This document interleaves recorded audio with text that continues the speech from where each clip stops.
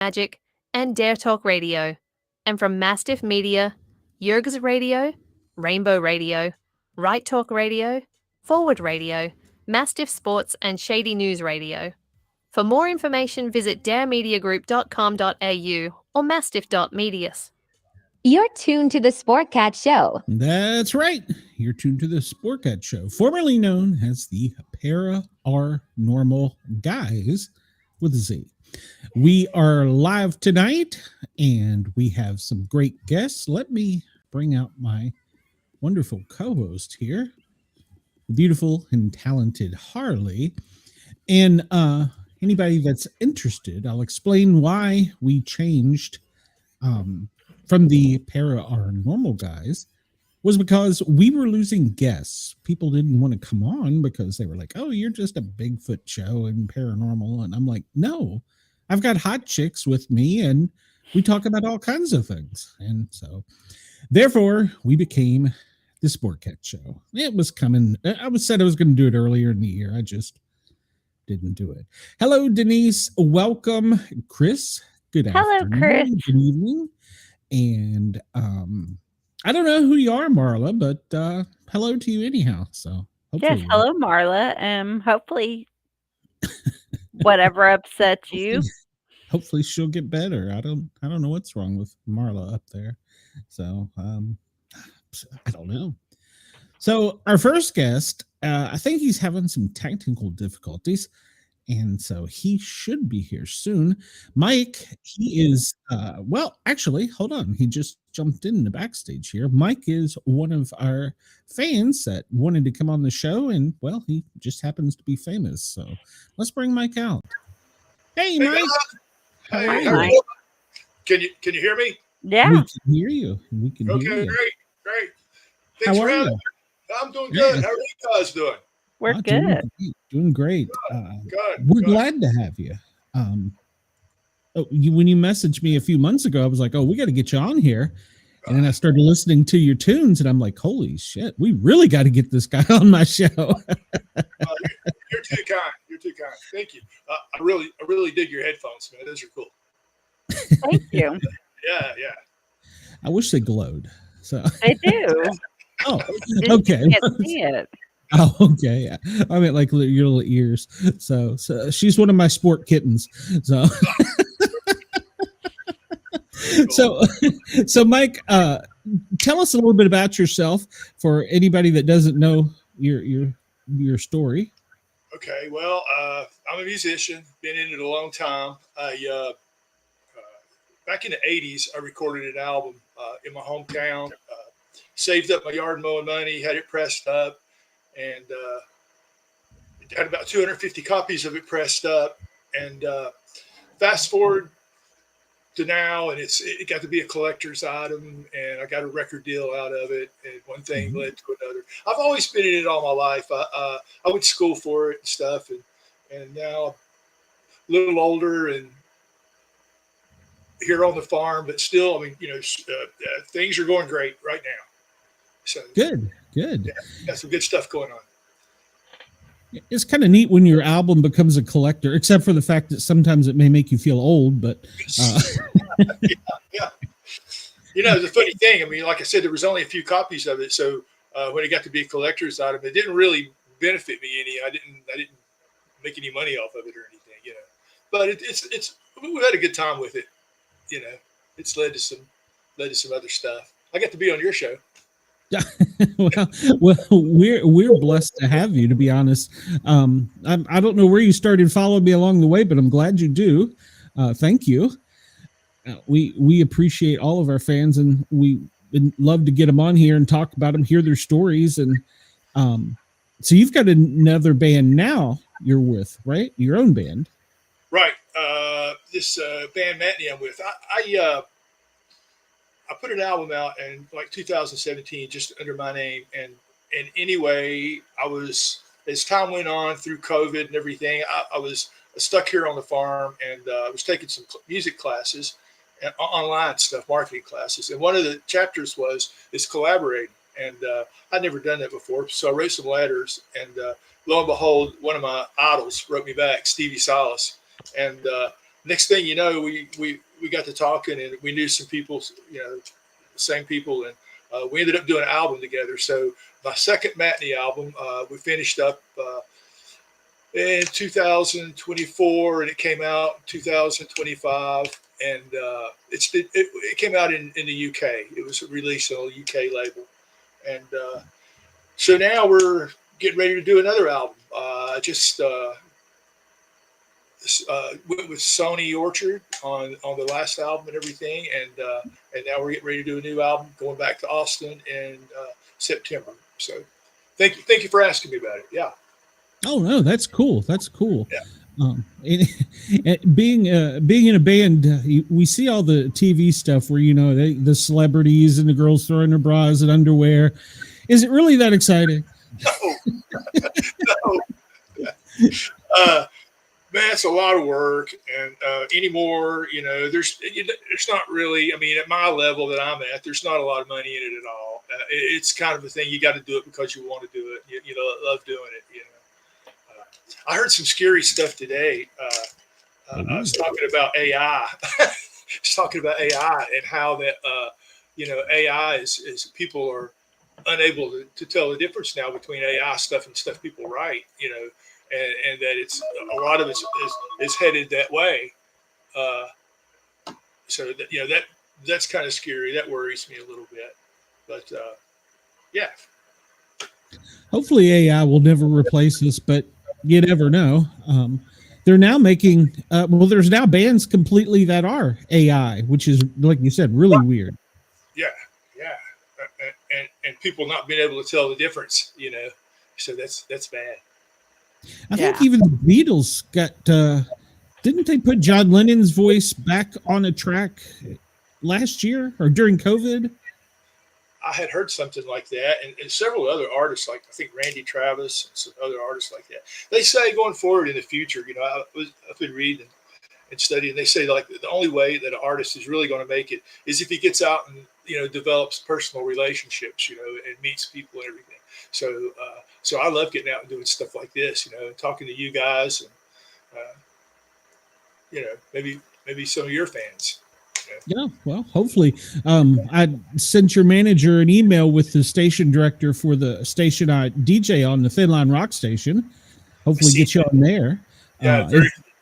Yeah, we're all public safety. I'm a retired paramedic firefighter, and all the DJs, not all the music, obviously, but it's all themed around that. So it's pretty good.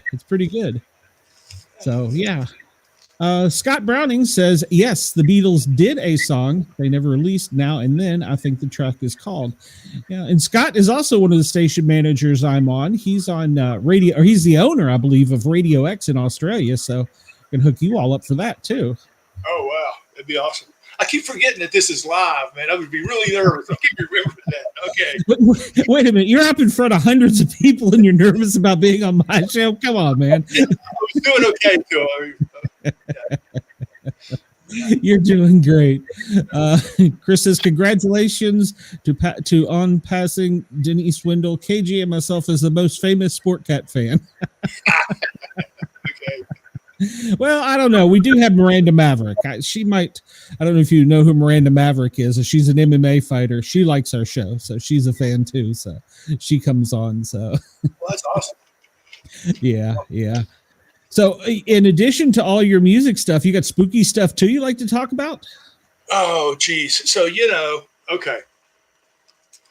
So I thought since I was coming on here, there's a couple of tales that I've always, I've known about, heard about and stuff, and I wanted to tell, but I wanted to. It's kind of the family. I know the family. I grew up with the family, and everything. So I kind of wanted. It's kind of personal, and I wanted to talk to them and get permission to them before I told to tell. So today I actually got a call back from the girl, and she said, "Yeah." She said, "Go ahead and tell my story. It's all right." So, Oh, wow. so okay. Are you guys ready for this? We are ready. Okay. And to me, this is really spooky. Okay. I don't know. I grew up in a small, you may know, a small town here in Appalachians, and had a family friend live up the road from us. Tasha was her name. I knew her brothers and stuff too. I went to school with them, Larry and Johnny.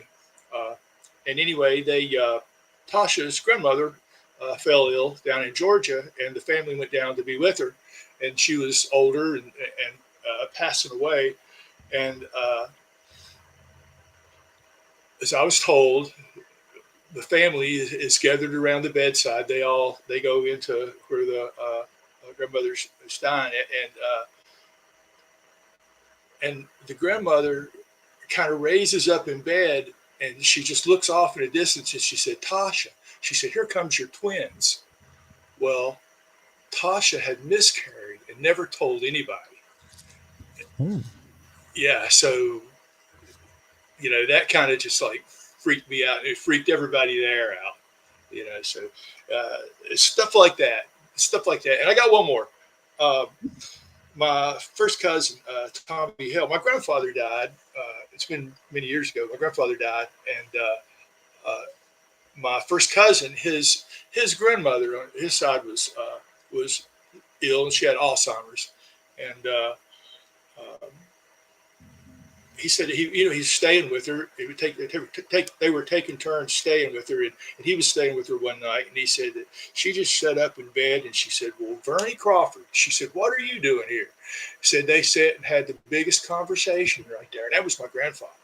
That passed away. It said Tommy just he said he sat over there, he's just freaked out by it, but I've heard those tales all my life. So those are two that kind of always kind of haunted me a little bit.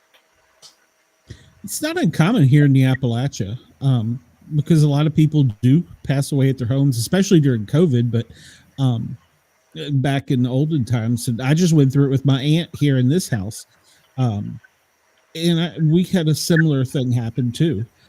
So as you're saying that, I'm like, yeah, I get that. We saw that happen.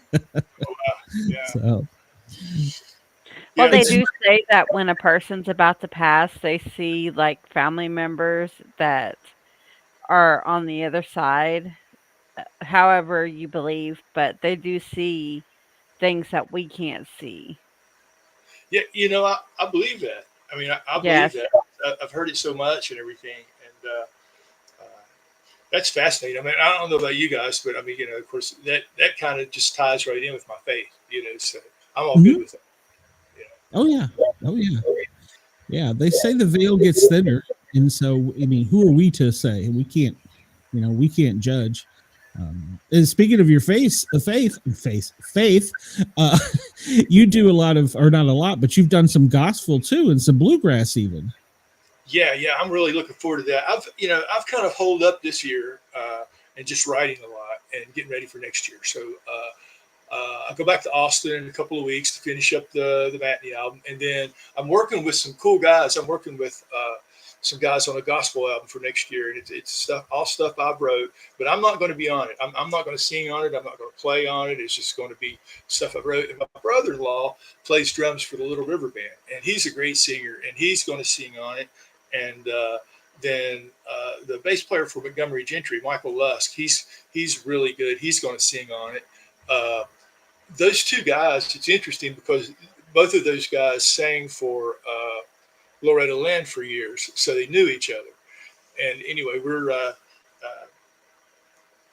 we're doing this project. It's really cool. I'm glad to be, part of it. These guys are way out of my league. They're pros, but it's cool that they're doing my song, so I'm excited about it. That is cool. Well, you said Loretta Lynn. I was like, I don't know if Harley knows who that is. So I know who Loretta Lynn is. I grew up in the South. Of course I know who Loretta Lynn is. hey, you're a little young. I grew up, I'm Mike. You may not not, young. Mike. I don't know if you know. My background. My dad was a country and western DJ, or as he liked to call it, shit kicking music. And he did a lot of openings for Dolly Parton and Porter Wagner. I don't know if they ever went to the Grand Ole Opry, but he had a lot. Bill Anderson, hell, Bill Anderson almost married my mom, so we had a lot of background with that. So when I grew up, I wasn't really sure what rock and roll was. I only knew what old country was. Well, that's cool, man. So you've been around the business forever, then. Yeah. Somewhere in Mom's basement, we still have albums that are pressed with WXRA, the radio station that he was the station manager at in DC. Is that where y'all are from originally? Originally, I am. Yes. Yeah. Washington, DC, just outside of DC. It's Fairfax County, Virginia. So you guys are on the other end of the state. See, I'm on the opposite end of the state there. So. Yeah. Well, I've moved down to Atlanta now with my family because it's so expensive to live up in the DC area. You know, once you have kids and get old and stuff. Yeah. I mean, hell, my grandmother's house, I looked it up. The house was built in the 40s, just outside of DC, is now worth $750,000 last time it sold. I'm like, that? Well, I understand they've went through some changes up there as of late. Yeah. There's a lot of houses for sale right about now up there. Oh man. Okay, so listen, you guys are going to talk to John Burkitt here in a little bit, right? Yes, that's correct. Oh man, I need to set this up. Uh-oh. Okay. All right. Oh no, John's great. He is the dude. See, how can I describe John? Picture the guy from ZZ Top, Billy Gibbons. You know, I mean, that's who we got. We got big ZZ Top vibes from him. Yeah. Okay. Yeah. He's a biker dude. I mean, he's way out there as a biker. He's an actor. He's been on a lot of shows, a lot of outlaw bikers, that series, a bunch of stuff. He's done a lot of acting stuff. But I mean, to look at the guy, you would think, holy crap, you know. But then when you talk to him, man, he is the most educated and sophisticated talking fella. I mean, and I just love talking to him. I mean, you're going to find it very. He's a great guy. I met him years ago. I'll tell you a quick story. My sister was dating online. God rest her soul, she's gone. But anyway, she was dating online, and she met up with this music manager, and he asked me to go to Florida with him to see this band play at this festival he was doing, and that's how I met John. They come from. John's out of Canada, but he came to Florida to do this thing. And just great guys, man. I hit it off with them from the get-go. But I went to Sweden with them, played in Sweden with them and stuff. And anyway, talking about telling some tales as far as paranormal stuff goes. And we lost somebody there. Is that? Yeah, we're good. Harley just has new internet, and so it's been acting up on her. Okay. But anyway, yeah, John's going to be a trip. You'll really like talking to him. You know, had I not read that he was from Canada, by listening to him, I would have thought he's from the deep South. You know, he was an Alabama boy or something. Oh, he's the biggest Southern. I mean, they're kind of a Southern rocking band. I mean, and he, I mean, that's his whole thing. And he's very big into the South, and John's very big into Confederate history and stuff about the South. So, again, very knowledgeable dude, man. He's interesting to talk to. So. Cool. I can't wait. And I guess you were following the emails back and forth between me and your manager. He sent me some links to listen to his stuff, and I was like, oh my God, the music is amazing. And I don't know who his lead guitarist is. Neil. Holy crap. He is amazing. He could rival Jimi Hendrix. I mean, I listened to the cover, I would love to hear him do, just because I'm a Floyd fan. I would love to hear him do Comfortably Numb. Oh, wow. Yeah, I never thought of that, man, because he could tear that Strat up. Neil he's just the sweetest guy. And like you said, I mean, he's a player's player. That's the way that I got to hang out with Stevie. That's how Stevie, because when Stevie wrote me back, Stevie Salas, and I don't know if you know, if I told you a whole lot about Stevie, but Stevie played guitar for Mick Jagger and Rod Stewart and all those guys. So he's really, really big. And so when he wrote me back and he said, I understand we have mutual friends. He said, so, let's do this. What are you interested in? That's how the conversation I went. I thought, who in the crap? But it was Neil. They had met each other at rock camp. I mean, Neil's he's really good, really big name. So, yeah, him and John, and the two, it's kind of like the Beatles, man, because they've put out several things together, been together for so long, but right now they're kind of at odds with each other. And John will maybe tell you about that. He'll talk about it. But I fuss at him all the time because both of them need to straighten up. Political crap. That stuff tears people and families apart, and there's no need for it. So, my daytime show, I talk enough about that crap, and I hear people getting mad if you're one way or the other. I could care less. If you got a good heart, you're a good person. I don't care if you voted right, left, red, blue. I don't give a rat's ass. So, I hear you. But not everybody's like that. And his harp, oh my God, the guy that plays harp. She was yawning at Todd. Oh, man. Oh. I got to fix it up. Go ahead. You put her to sleep. No, yeah. I was gonna say, whoever's his harp player, his harmonica, holy cow! Yeah, man, absolutely. Yeah. The whole band smokes. I mean, I was happy to get to hang with them. Well, they got good chemistry. You can just tell by their, being together. If you, like I said, and I would have pictured he was a ZZ Top person. I really would have. So.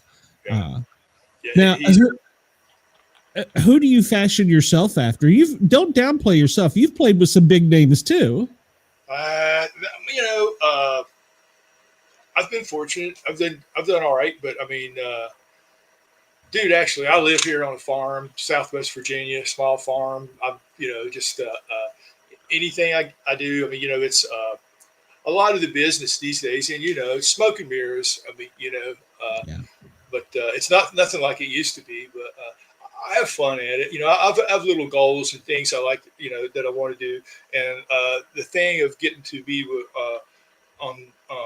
affiliated with Sony, that happened this week. I mean, signing with those guys, just Sony Orchard. That's something I've always wanted to do. So that was, just I do it for stuff like that. Little things. And plus, I've always said, and this is kind of crazy, but I've always said, the bigger I get, the more people are going to know I'm a Christian. So the gospel stuff is important to me, And it should. Yeah. I mean, it's important. Your faith's important. We'll catch up in the chat here real quick. Denise said her favorite group is ZZ Top. And she said she actually saw Jimi Hendrix years ago. So that's cool. So very cool. Of course, yeah. You know that Billy Gibbons, his band stuff, they used to open for Hendrix. Wow. Yeah. I can't remember this Crosswalk, Sidewalks. I can't remember the name of the band, but anyway, I seen Billy Gibbons this summer, and I seen him in concert, and he told a story that when the Hendrix first came out and the Hendrix Experience and all that, their manager sent it to them, and they just sat and listened to it over and over and over, and then they got the call to go open for Hendrix. And you know what they done? They went and opened with, I think ZZ Top come out and played like Foxy Lady or Purple Haze or something like that. And Billy said when he walked off stage, he felt somebody grab him by the shirt or collar, and it was Hendrix, but he said they got to be buddies after that and everything. But it's hard to believe somebody would do that, play his songs like that. That's what they say. Was it that flattery is the best impersonation or something like that? So, yeah. And Chris, FYI, I grew up with my grandparents down south, old school country, Loretta Lynn, Patsy Cline, old school country. That is old school. Yeah, I have tried my best to try and get Dolly Parton on. I never will. I'm sure she's a big name, but I actually, if I ever got to talk to her for 2 minutes, her and my mom knew each other back when my dad and her were together, and so she would probably remember. I was a baby, of course, but she would probably remember that. But I would love to get her on the show. Being here in East Tennessee so much, you think it would be accessible, but nah. Yeah, she's a pretty big name, but that's cool, man. Since you knew your mom, that's yeah. He did. I've got pictures here with mom, with Porter Wagner, Dolly. Oh, that's neat. Oh, who else? I don't know if it's Loretta Lynn, of course, and Bill Anderson, of course. I'm not sure who else, but yeah, there's tons of that stuff, and yeah, growing up around it, like I said, you know, it was just what you listened to, and Chris is right. Dolly is big at everything. That's the one downfall I have about her, is she took, and you could respect this, is coming from a small area. She took Gatlinburg, Sevier County, that little tiny town out of nowhere, and during the summertime, it's as bad to get up into the mountains as it is to go to Disney. It's just that packed. She blew it up. Yeah. And I mean, I'm glad because it's helped the community and stuff, but at the same time, us locals who grew up with it being, you know, a little different, you know, we're like, I don't know that I like this. So yeah, she's got theme parks and restaurants, and she's got everything. So see, Mike, these are goals that you have now. So you were talking about your mom, and when I was 18, when I first went to Nashville, I fell in with these guys, Dr. Hook's producer and some people. Anyway, I got to move down there when I was young, and I got to take my mom backstage at the Grand Ole Opry to meet Roy Acuff. That's awesome. Yeah. Do you know who Roy Acuff is? I do.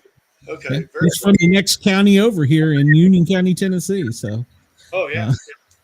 Anyway. And then I got to the same guy that got me back to that. He got me my job with David Allan Coe. I got to go out and play guitar with David Allan Coe for a while. So that was fun. The perfect country and western song.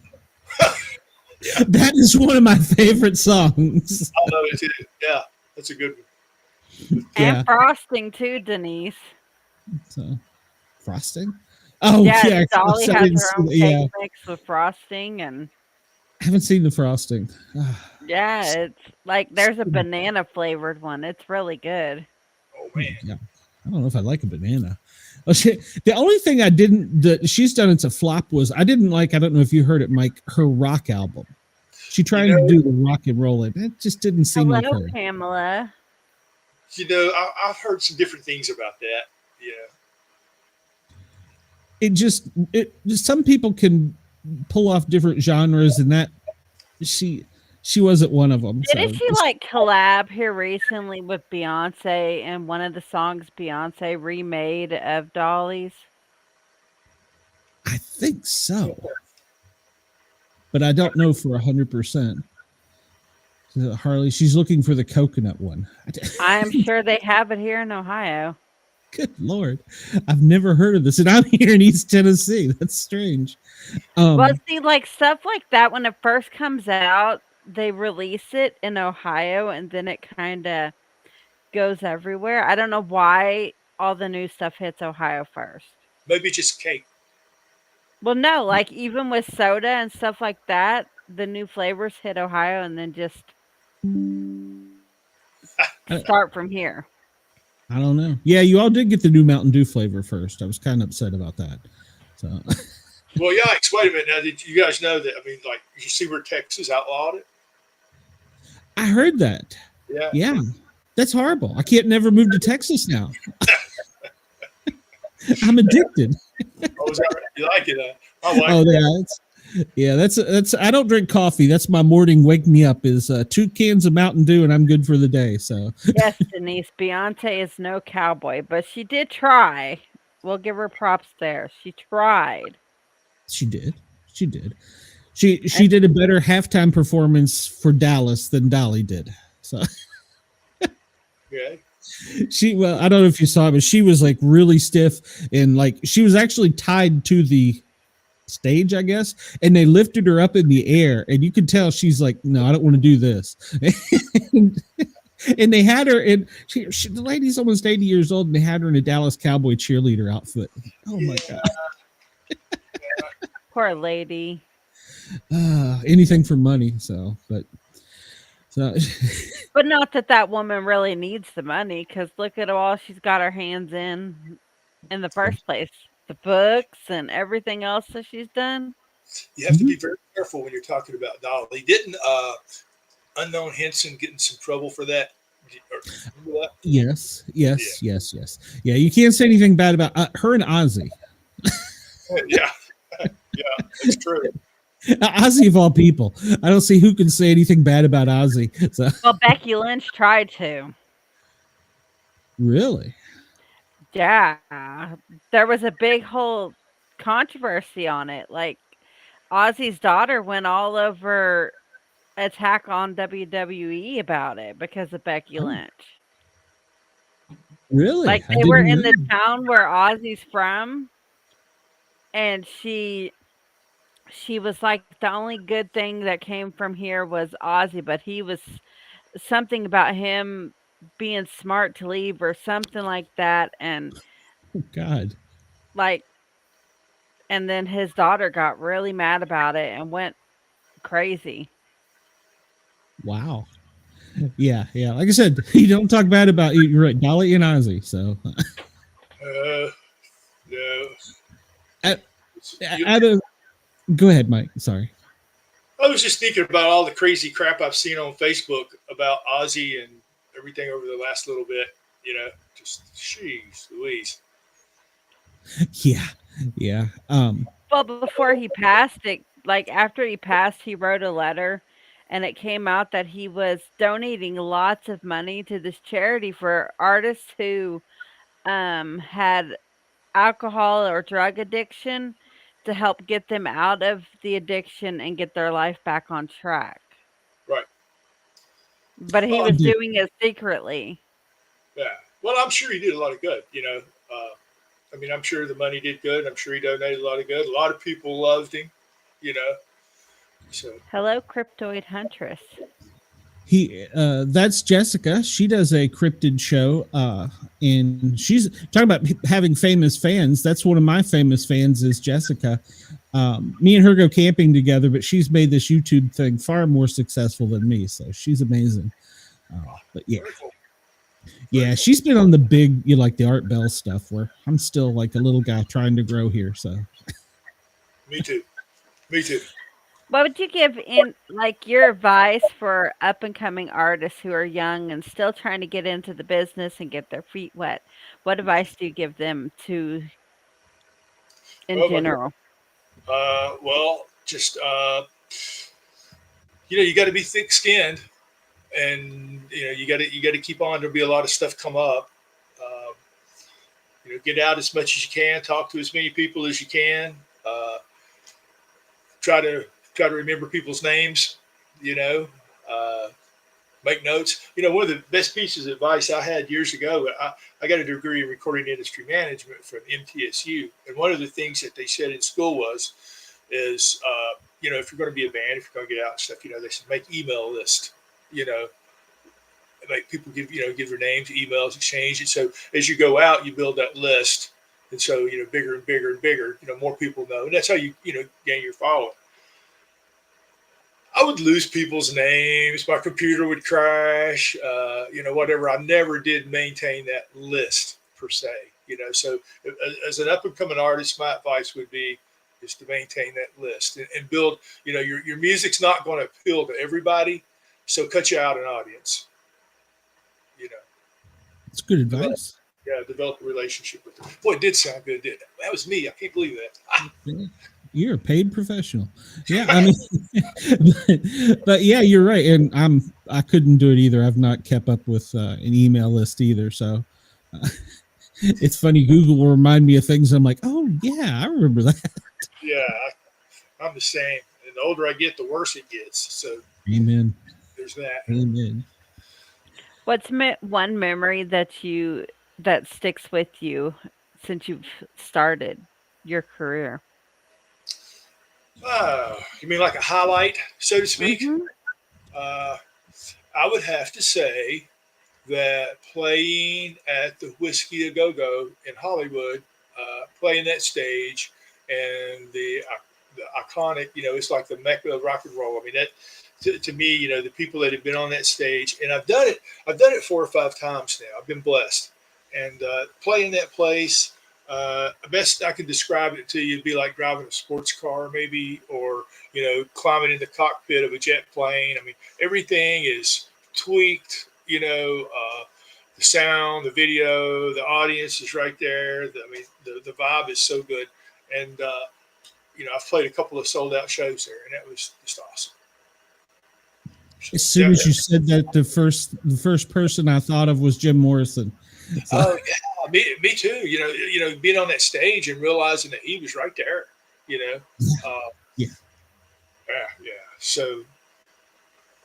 Yeah. Chris what's says, her name? I went blank. The girl, the singer, the Joplin. They're oh, James Joplin. You just get to see that. Yeah, and you're nervous about my show. Mike, you're doing great. Oh, we're live. You can even cuss. I won't hold it against you. Chris says Decca Records didn't think it was good to sign the Beatles in 1962. People get shit wrong. Don't ever give up. That's a good point. Yeah. Exactly. That's a very good point. So... Yeah, the Whiskey A Go Go. Wow, that's a great state. That's like in Nashville. Have you played the Grand Ole Opry yet? No, but what I was telling you about my parents getting to meet Roy Acuff, I got to go backstage at the Grand Ole Opry to meet him and stuff, and we spent this, the whole show back there, and it was kind of cool because I was 18 right out of high school. My parents couldn't believe it, so they got to meet Roy and everything. But it was funny. They went to take a picture of my mom and my family with Roy Acuff, and they put me next to Roy Acuff. Well, he moved me over. He moved me over to the side and put my mom next to him and my dad next to him. And then the secretary for Dr. Hook's producer, the guy got us in there, she came up to me and she said, laid her hand on my shoulder. She said, honey, she said, don't let that bother you. She said, because he just don't like long hair. I had long hair at the time. And she said, he don't like long hair. She said he never would talk to Charlie Daniels like that either.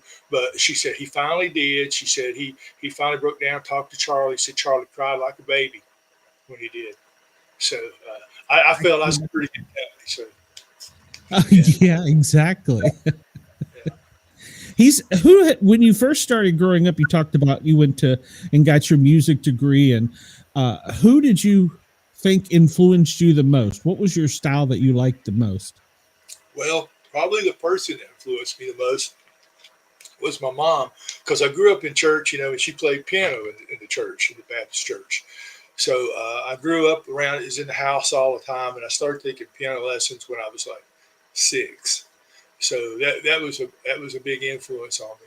And somewhere in high school, a friend of mine's, I was in junior high, I guess, and a friend of mine's brother had a band, a 3-piece little rock band, practicing in the basement. And I got to go. My friend took me down there. I got to watch him, and man, I was hooked. That was it.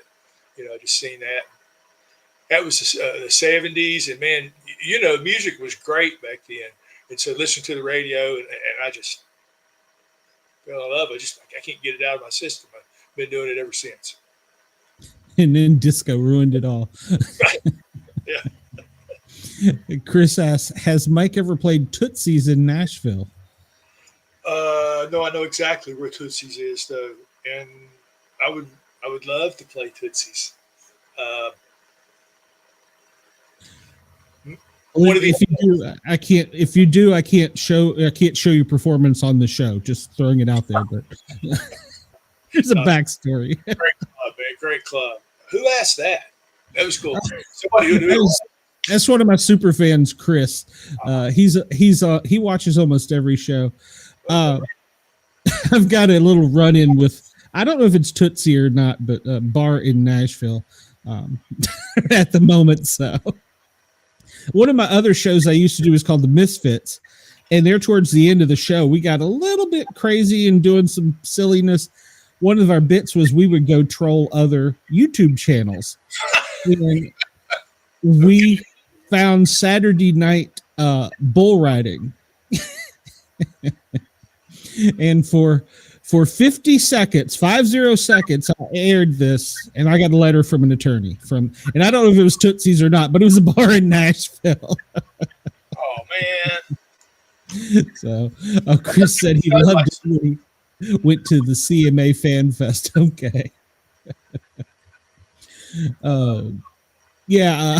So yeah, I got show like so much of people's other channels. Is that right? I mean, just like a little bit or something. I suspect that you can. And well, it depends on music. Musicians are a little uptight, but I suspect only do like less than 60 seconds of songs and. That's what I was going to say. I think probably in that 50 seconds, I must have had somebody famous. It must have been since it was live, just in that little bit, because it literally was for 50 seconds, and I got a letter from an attorney. It took them a year to find me, though, so they're not very good at it. So, yeah, I'm pretty easy to find. So yeah, they took that show down. I watch a show. I like to watch a YouTube show called Very Steep. I think STEEP. And what he does is he goes out and looks at. He watches other people's video clips, throws them up there, and then he comments on them. So I don't know how he gets by with it. I think it's just like I said that. I think there was that 1 second, but I'm flattered that somebody important watched long enough because it was at the very end of a show. We always did that at the very end. Because we were at that time, I was on FM for 2 hours, and so that part couldn't be on FM because our comments would get a little risque for FM. So whoever it was either had to watch that or somebody sent it to them. Said, "Hey, did you see yourself on this stupid little show out of East Tennessee?" That's me. So. Grimace is over here. He's another one of our fans, but he sometimes gets a little wild with his comments. Grimace, you should have been listening earlier. I bet you would have known that. So, Glenn, let me tell you about my manager. You talked to him. You emailed him back and forth, right? Yes. Yeah. Yes. He is in Thailand, and Really? He's like a Buddhist monk, man. The guy's he's at all these monasteries. That's where he lives, and he's constantly. He just got back from Vietnam, monasteries there, and the dude. When I met him, he was going to Belmont University in Nashville, a really, prestigious music school, and he was interning at a studio that I was recording at, and so he was engineering my album. And I've maintained a relationship with him, long distance relationship. It's fair. He asked about Trump a minute ago. He got sent back the first time Trump was here. He had to go back. So he hasn't. So yeah, he's in Malaysia now or in Thailand right now. But his take on some of the paranormal stuff. You should hear him talk. He's a monk. Are they allowed to talk? I'm not being smart. I don't know. He's what? I'm sorry. Since you said he was a monk, is he allowed to talk? I didn't think they could talk. Well, he's a Buddhist. He's studying with the monks. It's great. I have the great relationship with him. It's funny. He tells me all about him. He tells me stories. It's the funniest thing. He said they're very, monks are very, noble people. He said, but they smoke like freight trains, man. He said, see a pack of cigarettes, going up the road, So that to me is it's kind of funny. It's hilarious. That is. Grimace also asked if you were a Christian. So absolutely. Yeah. And be happy to talk about that part of it. So, well, one of the songs I listened to, oh Lord, I'm going to forget the name of it now. I really liked it. Talked about he saved your life. He carried the cross. I can't think of the name of the song. Was it kind of? If it was kind of a bluegrass kind of song, I've got the Calvary and the. That altar. Was it. Yeah. Yes. Yes. That was it. I appreciate that. Thank you very much. But those will be on the new album that I was telling you about that's going to come out. Okay. Next year. So yeah, they'll be arranged and recorded a little different. What you heard is like my versions of them, but there'll be some real pros doing it next year. I think yours was amazing. And as I was eating lunch, as I was listening to it, and I was like, man, that's singing, talking about a lot of people's lives, because you could find yourself lost in that song. You know what I'm saying? Thank you. You're too kind. Appreciate that. Well, no, it's true. It's true. I mean, I literally, as I was eating lunch, I'm sitting there thinking about my life as I'm hearing your song. I'm like, oh, that's good. That's good. I like it. So that means a lot. Now, I heard on another show that you would prefer to perform and not sing. Is that correct? Perform and not sing. I would prefer guitar than sing. Yeah, that's probably true. And more so than that, I would prefer to be in the studio as opposed to performing. I get nervous. I get terribly nervous. So I'm kind of a control freak. If I'm in the studio, I can control everything. I can make it sound the way I want it to. And when I'm live, there's so much stuff can happen, and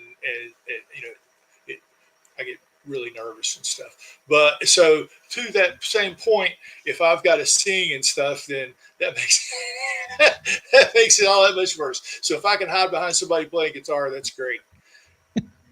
But I like it. It's one of those. It's a love-hate thing. I can't walk and chew gum, so I don't know how you can play an instrument and sing at the same time. Well, I struggle. I feel you, brother. Well, talking about live, you can't control everything when you're live, and I think I'm a lot like you, a control freak. And sometimes I will get so frustrated at just the simplest little things. I mean, things I can't control, like the chat over there. If they get weird, I just can ignore them. But something that happens live, a guest say something stupid, or it's like, oh God. So yeah. I keep forgetting we're live. No, you're good, man. You're good. You're doing great. Hang with us. You've got this. Okay. You're at the Whiskey Go-Go and you're nervous. I love it, man. Thank you so much. That flatters me a lot. So. Well, hey. Again, I appreciate you having me on. You guys are going to have so much fun with John. I got to stick around and listen. Hey, well, you can stay right here on stage, Al. You can just mute yourself and hang out. I mean, you're you don't want me and John together. No. That might be fun. No. Let me tell you what, that's trouble right there. Well, I'll give you an example. We were flying to Sweden. He was in a couple of rows back in the plane. And he pelted me with liquor bottles, the little liquor bottle thing. I had 16 of them, and, he convinced the stewardesses and stuff that he was somebody famous. And, of course, him and Neil back there. And he's a case, man. I mean, he told me he was one of the ZZ Top. Oh, geez. He's just a hoot. But you'll see. I'm looking forward to it. So yeah, looking forward to it. Listening to you and him perform, sing, do you work really hard to learn how to project yourself, or how do I say it, to put yourself in that performance mode? Because it's got to be a different mode than just regular mic. Yeah, that's a cool question. I smoke a lot of weed. Just kidding. No, me and John, man. It's funny that you said that, because I thought you were going to ask about the voice, because John's kind of got a gruff voice, and me too. I try to. Stevie calls it staying in character, but John's in character all the time. And I actually, on this new album coming out, we've got a song called Burkitt Tongue, where John from Zedhead and Neil from Zedhead joined my band, and we both did it in the studio together. And we're bouncing back and forth and, trading vocals and stuff. But yeah, as far as the character goes, I mean, just John's, I admire John a lot. His whole persona, as far as the character that he is. And a lot of guys are like that, with music. And Stevie talked about that with me, staying in character. He says, you got to wear the hat, you got to wear the cap. I got it on now, so he's gonna be mad at me. But stay in character. John is just, he lives it.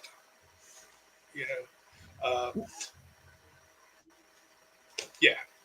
Well, you brought up the voice. Yeah, both of your voices, and you got that blues, deep, grovelly sound, that so many people want.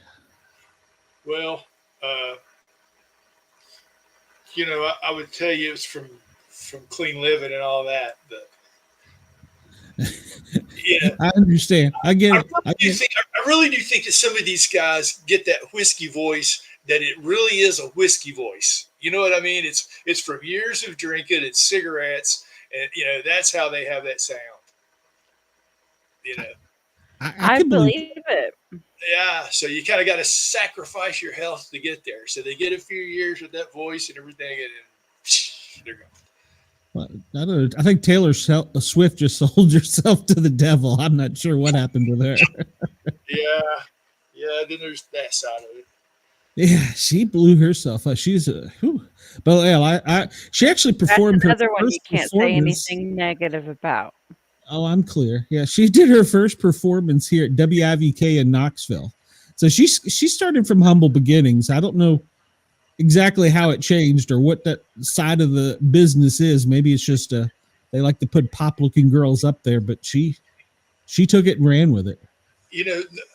Not my only Taylor Swift story. I knew this guy in Nashville that worked on her when she first started, and he said it really all started from a pajama party that she had up in, I think it was Hendersonville, wherever she lived at the time. Said that her mom said they had, she had her single out or whatever. She had all these girls, her friends up, and she said that they got each friend to call 5 of their friends, and they called 5 of their friends. And that was when social media was hot, just started. And I don't know if it was MySpace or whatever, but that's how she blew up, from what I understand. No, a lot of celebrities now, like singers, are starting on TikTok and starting from there and blowing up from TikTok. Yeah, it's true. It's true. Yeah, I haven't figured out how to do that yet. Yeah, well, me either. I can't. My wife loves TikTok. Me, I can't figure it out. So either that or I get stuck at looking at it forever. So get stuck in this doom scroll. Yeah. Ooh, shiny. I'm on it forever. I got a friend that the other day, he started a YouTube channel and he called it We've Got Memes. And he went out and got memes from all over the place, it's copyright free, whatever. And man, he called me, he said, oh my God. He said, I've got like 1 million views overnight. And it's just something that just hit. And this guy's been around for years, just like me, trying different stuff. But this meme thing really is like 4 million views in like 2 or 3 days. His YouTube page gets monetized, and he's like, he's on his way. So I thought that was kind of cool. Every now and then you'll hit something and go viral. So I haven't hit yet, but I will. I thought I did when I had Miranda Maverick on back during the election, and she came out and was talking about her Christian views and how that a man and a woman should never be in the same sport together. And I knew someone from ESPN was watching, and I was like, please clip my video. Please clip my video. So, go ahead. Oh, I was just going to. The other day I come home. My wife bought this little goat, like it's just a small goat, and she has to bottle feed it right now. And so I come home the other day, and she's at work, and I seen the goat running around the front porch with like a big water bottle stuck on its head. It got its head down and it was running around, bouncing in everything. So I just flipped my phone out because I was laughing, and so I gave her the video to her. So I asked my wife about it. I said, I'm going to post that video on Facebook. She said, no, you can't do it. She said, I've sent it into America's Funniest Home Videos. She said, I'm going to put it on. Jeez. But, yeah. Anyway. Yeah, that's right. Sorry. And your story about Taylor Swift, my brush with Taylor, if you've watched long enough, we interview everybody. And I had a comic book author on, and Taylor Swift had a comic book done about her life, and he wrote it. And so you're exactly right. He told the story that way because he had to write it and he had to get somebody to draw it and get her approval and stuff. I was like, wow, that's pretty cool. You came on to talk about paranormal stuff, but let's go, forget that. Let's go back to Taylor Swift. It's like a game of telephone. You tell a friend to tell a friend to tell a friend. It is. And they say now, if you say it too many times on your show, please like, follow, share, and subscribe, that they'll push you further down the algorithm. I don't know if it's true or not, but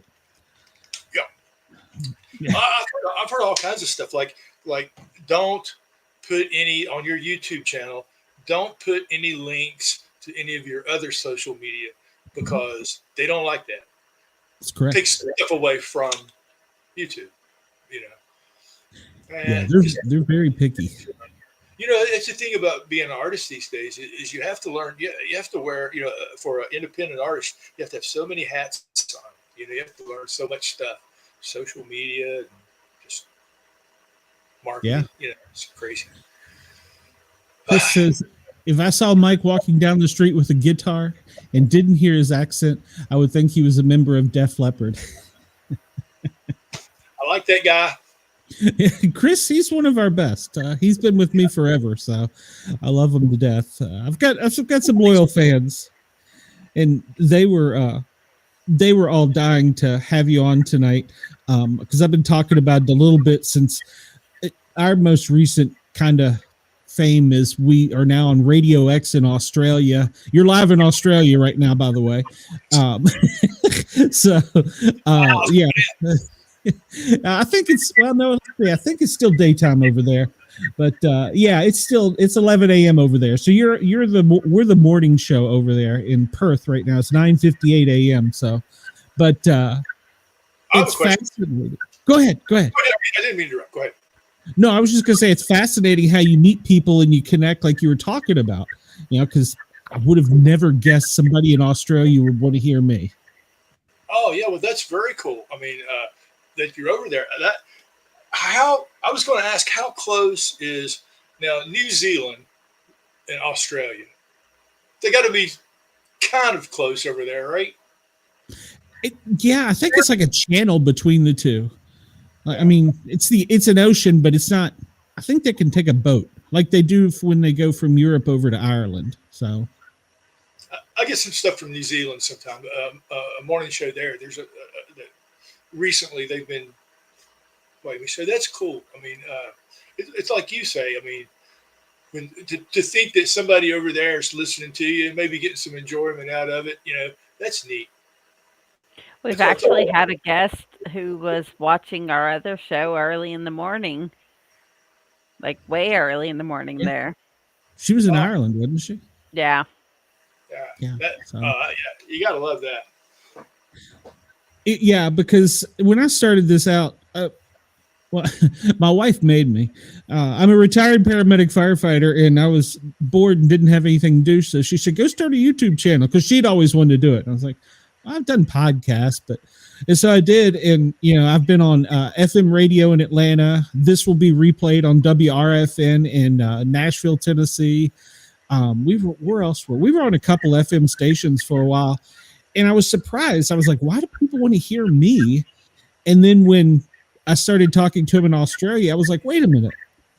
I'm a backwoods guy from East Tennessee that just likes to sit and talk. What the hell? But you're right. It's who you know and how you get there. So it's all a journey. It's your accent. People like to hear your accent. You ever get that? I do. When I was a flight medic and we would go up north, the nurses would flock to me. I was a younger and much more attractive man at the time, and they'd be like, just say something to me. I'm like, what? What? Stop kidding. Yeah. Well, I get that a lot. And then usually, like, we're out on the road, that would be the first thing. They would be making fun of my accent. And invariably, the next thing it would come out of their mouth within a minute or two, it would be something about moonshine. I don't know anything about moonshine, but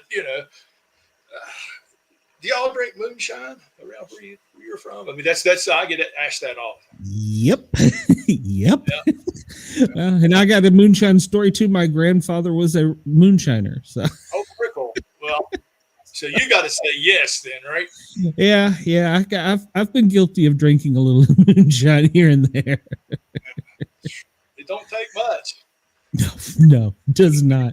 Now that it's legal, I like it much better. I feel safer, especially after being a paramedic and seeing some of the things. I feel much safer drinking the legal stuff now. Now, I bet that would be a show. I bet you could tell a few tales.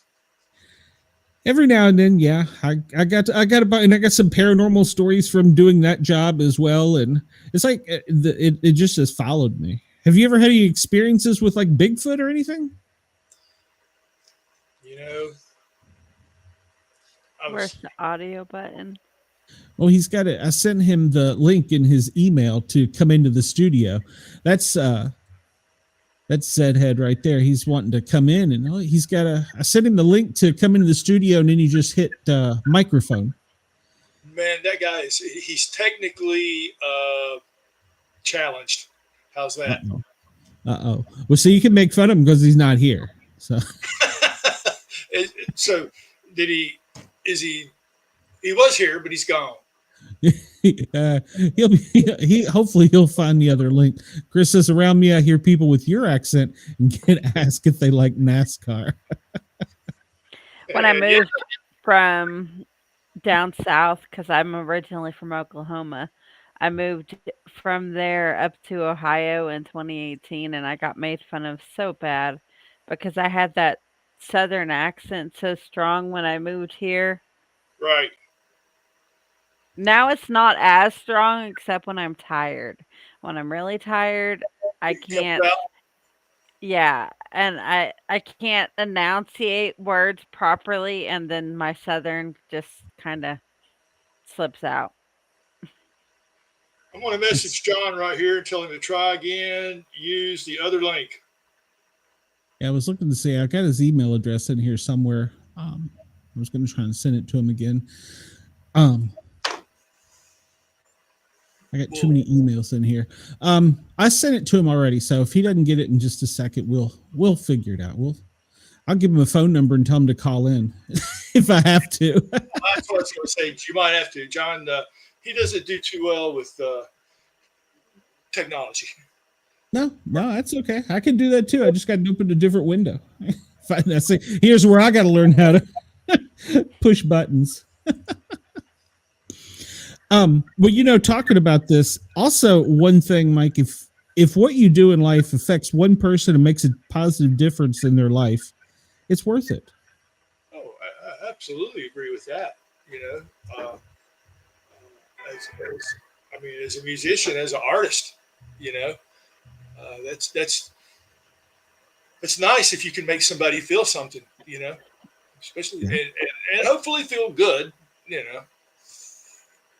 Especially in today's day and age. Yeah. In music, especially, you have to really have what's the word I want to look for?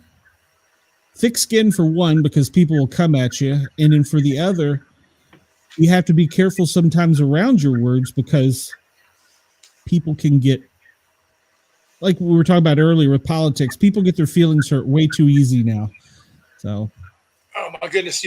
With my other band, with my first band, White Boy and the Average Rap Band, when we got our deal, that was the name of my first band.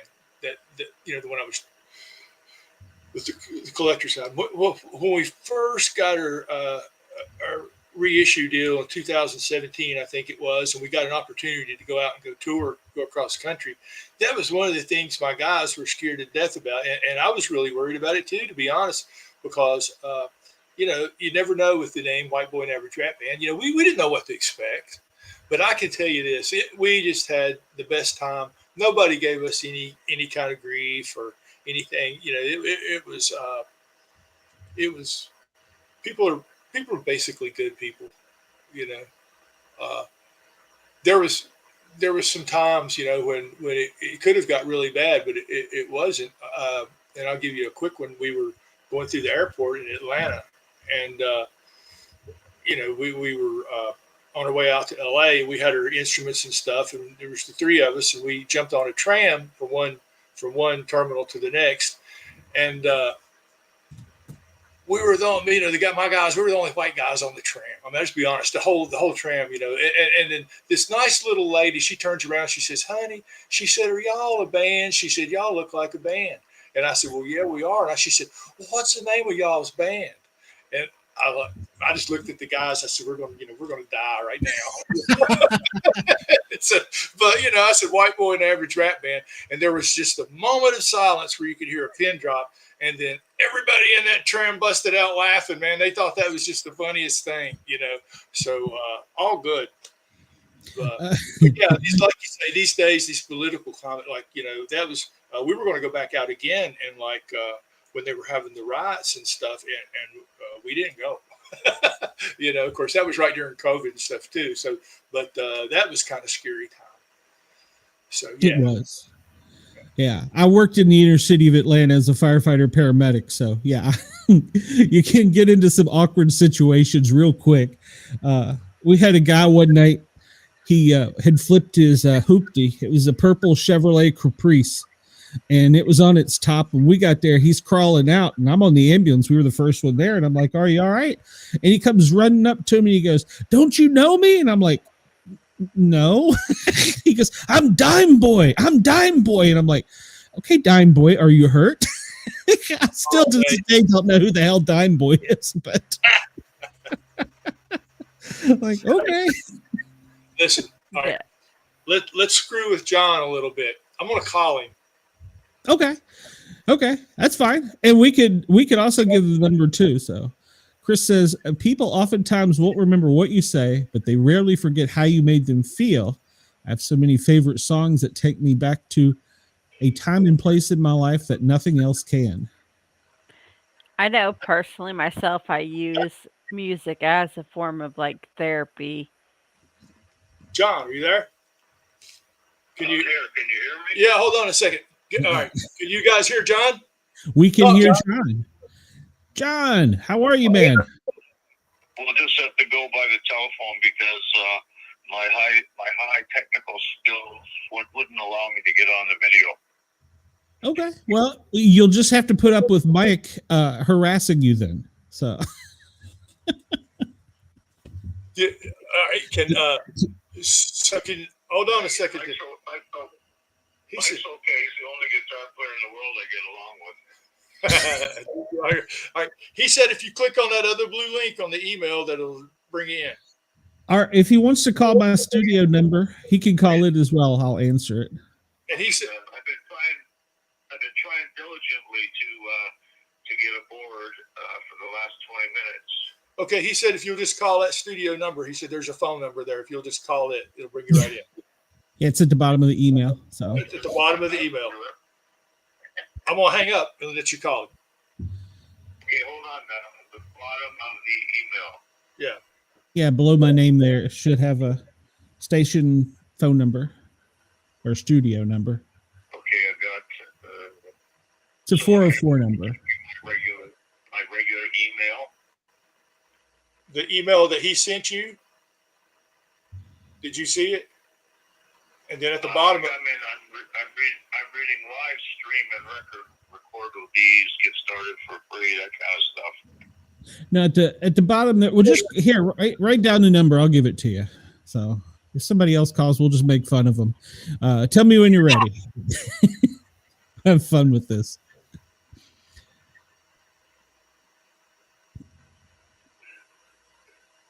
Can you hear me? Just keep talking, Mikey. Can you hear him, John? John. No. All right, he's going to give you the phone number. Here we go. All right, go ahead. It's 404 404 492 Yes.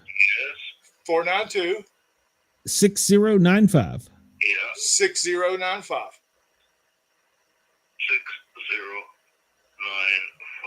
Yeah, I'm going to hang up now. Okay, so I'll call that in. Yep. Call that in and we'll be in business. Yes, sir. All right. Well, let's Talk to you. let's see. Let's hope we're in business. He's depending on me now to push buttons. That could be a challenge. That's great. No, like you said, live radio, man. You never know. You never know what's going to happen. So, and I'm okay with it. You may look back to this time 5 minutes from now and say, "Oh, that was when I should have just hung up, got out." You know, earlier this week, I was actually thinking about just giving up doing this stuff altogether. I was so upset over YouTube. So, and I kept asking you, do you have fun doing this? And as long, like, that's the main reason to do it, is if you're having fun doing it, not what people think or anything like that. I did. I have fun doing it, and I enjoy meeting all the new people. That's all that matters. Yeah.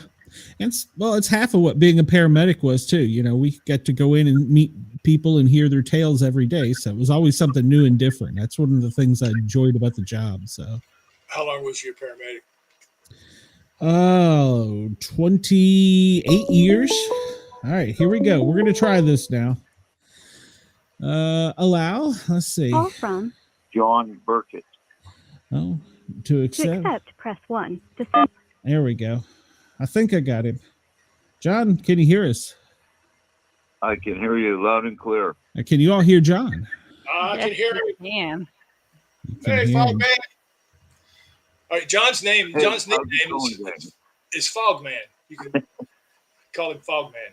Fogman. Yeah. How did you get the nickname Fogman? Actually, that's a 4-beer story. So I was running the fog machine in this rather large club one time and having a heck of a go of it. And I like to play sometimes with my eyes closed. And so, 20 minutes later, we're still, we're playing, and I get somebody tugging on my because the stage is kind of high and whatnot. And I opened my eyes and I couldn't see anything. The entire club was just fog, and I guess I'd sort of tuned out and left foot on the fog trigger, and they couldn't see the cash register, and nobody could see anybody or anything, and it just the name kind of stuck. That's great. I love it. So and that story has nothing to do with the fact that I can't remember anything and I'm very absent-minded. Now, it comes with age, I'm learning. So there's no owner's manual with this. Yeah, I'm not. I fully admit I'm not the most technologically astute person in the world. Well, I don't take anything away from that, because your musical talent is amazing, and you've assembled some amazing people there. You've got a great thing going there. He's been bragging on you. Very nice of you to say so. The band was started, I guess, back in around 2005.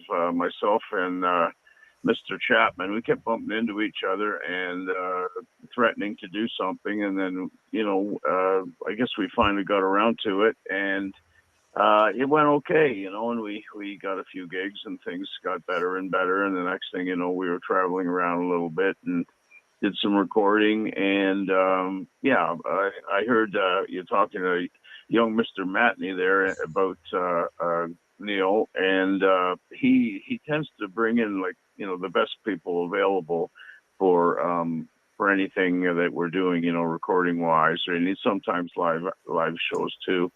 So Smiling Bob, the harmonica player, he showed up, and I dragged the drummer into the fray, and so far so good. He's still kicking, wonderful drummer, and so then one thing led to another, and it's been a lot of fun. We've seen a lot of places and met some great people, and it's just been absolutely gratifying. Listening to your music, the first thing I thought of, and I went back and I was reading a lot in the bio, was ZZ Top. And I hope that's not an insult to you. That was the first thing I thought of. You had that southern drawl. I would have never guessed you were from Canada had it not been told to me. Well, if I had my choice, I wouldn't be.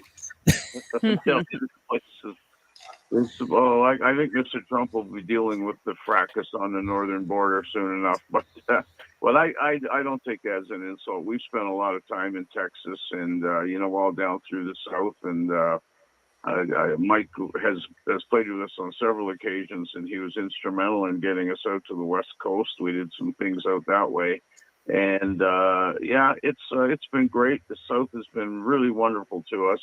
That was all precipitated by my son was playing pro hockey down in the South, and the people were just so welcoming and so warm and generous, and I feel like I'm home when I get down there. And so one thing led to another. We got to know some people, and we were getting booked all over the place down there. And there's just no shortage of stories. There's one, maybe when I get to know you people a little bit better, I'll tell you about the story. The time that I had to jump off a range horse and broke 3 ribs and ended up in the hospital, and Ow. the Cowboys filled me full of tequila and said, "Oh, you'll be fine." And I couldn't walk for 2 weeks, but you got to watch what you're doing down that way. But no, we will take all the compliments possible. Any parallel to ZZ Top is a wonderful thing. Skinner is another band I just love. And then we got to know Confederate Railroad, Preacher Stone, guys like that. Just wonderful people. And but there's a heavy influence too from the British blues guys like Peter Green and a band called Free. They're much more diverse than just their hit single All Right Now. They're a rock and blues band. The Jeff Beck Truth album that's a wonderful foray into the rock and blues, and I think maybe the best of them all is Wishbone Ash, which they're people call them a progressive band, but they're based on, there's a lot of jazz influences that they meld right to rock. And if people haven't heard of a band called Wishbone Ash, go out and get an album called Argus, and you won't be sorry. So all those fellows were influenced by American blues, Delta blues, Chicago blues, and it came out with their interpretation of it, and that really influenced as well. Hey, Glenn, I'm gonna step in here. Make him tell a story. I mean, make him tell a paranormal story. Okay. Well, Mike is saying you have some great paranormal stories as well. Yes, some incredible stories. I worked for the government researching them, and unfortunately, I'm not allowed to talk about any of them. What? I'm just kidding. Okay. I'll get a visit. Don't worry. As long as it's not a lawyer, I'll be okay. No, I can tell you a couple. That's for sure. And I have some pretty strong opinions on where a lot of them are, where they're manifested from. It's a fascinating study, actually. The incidence of like parasites influencing people. It's incredible. There's some parasites they cross what they call the blood-brain barrier, and they can give off in the person symptoms of schizophrenia, and it's terrifying. People are hearing voices and they're seeing people, and they're being influenced, and the demonic possession. It's happened to me on 3 occasions where I felt like I was in a scene from The Exorcist. It was incredible.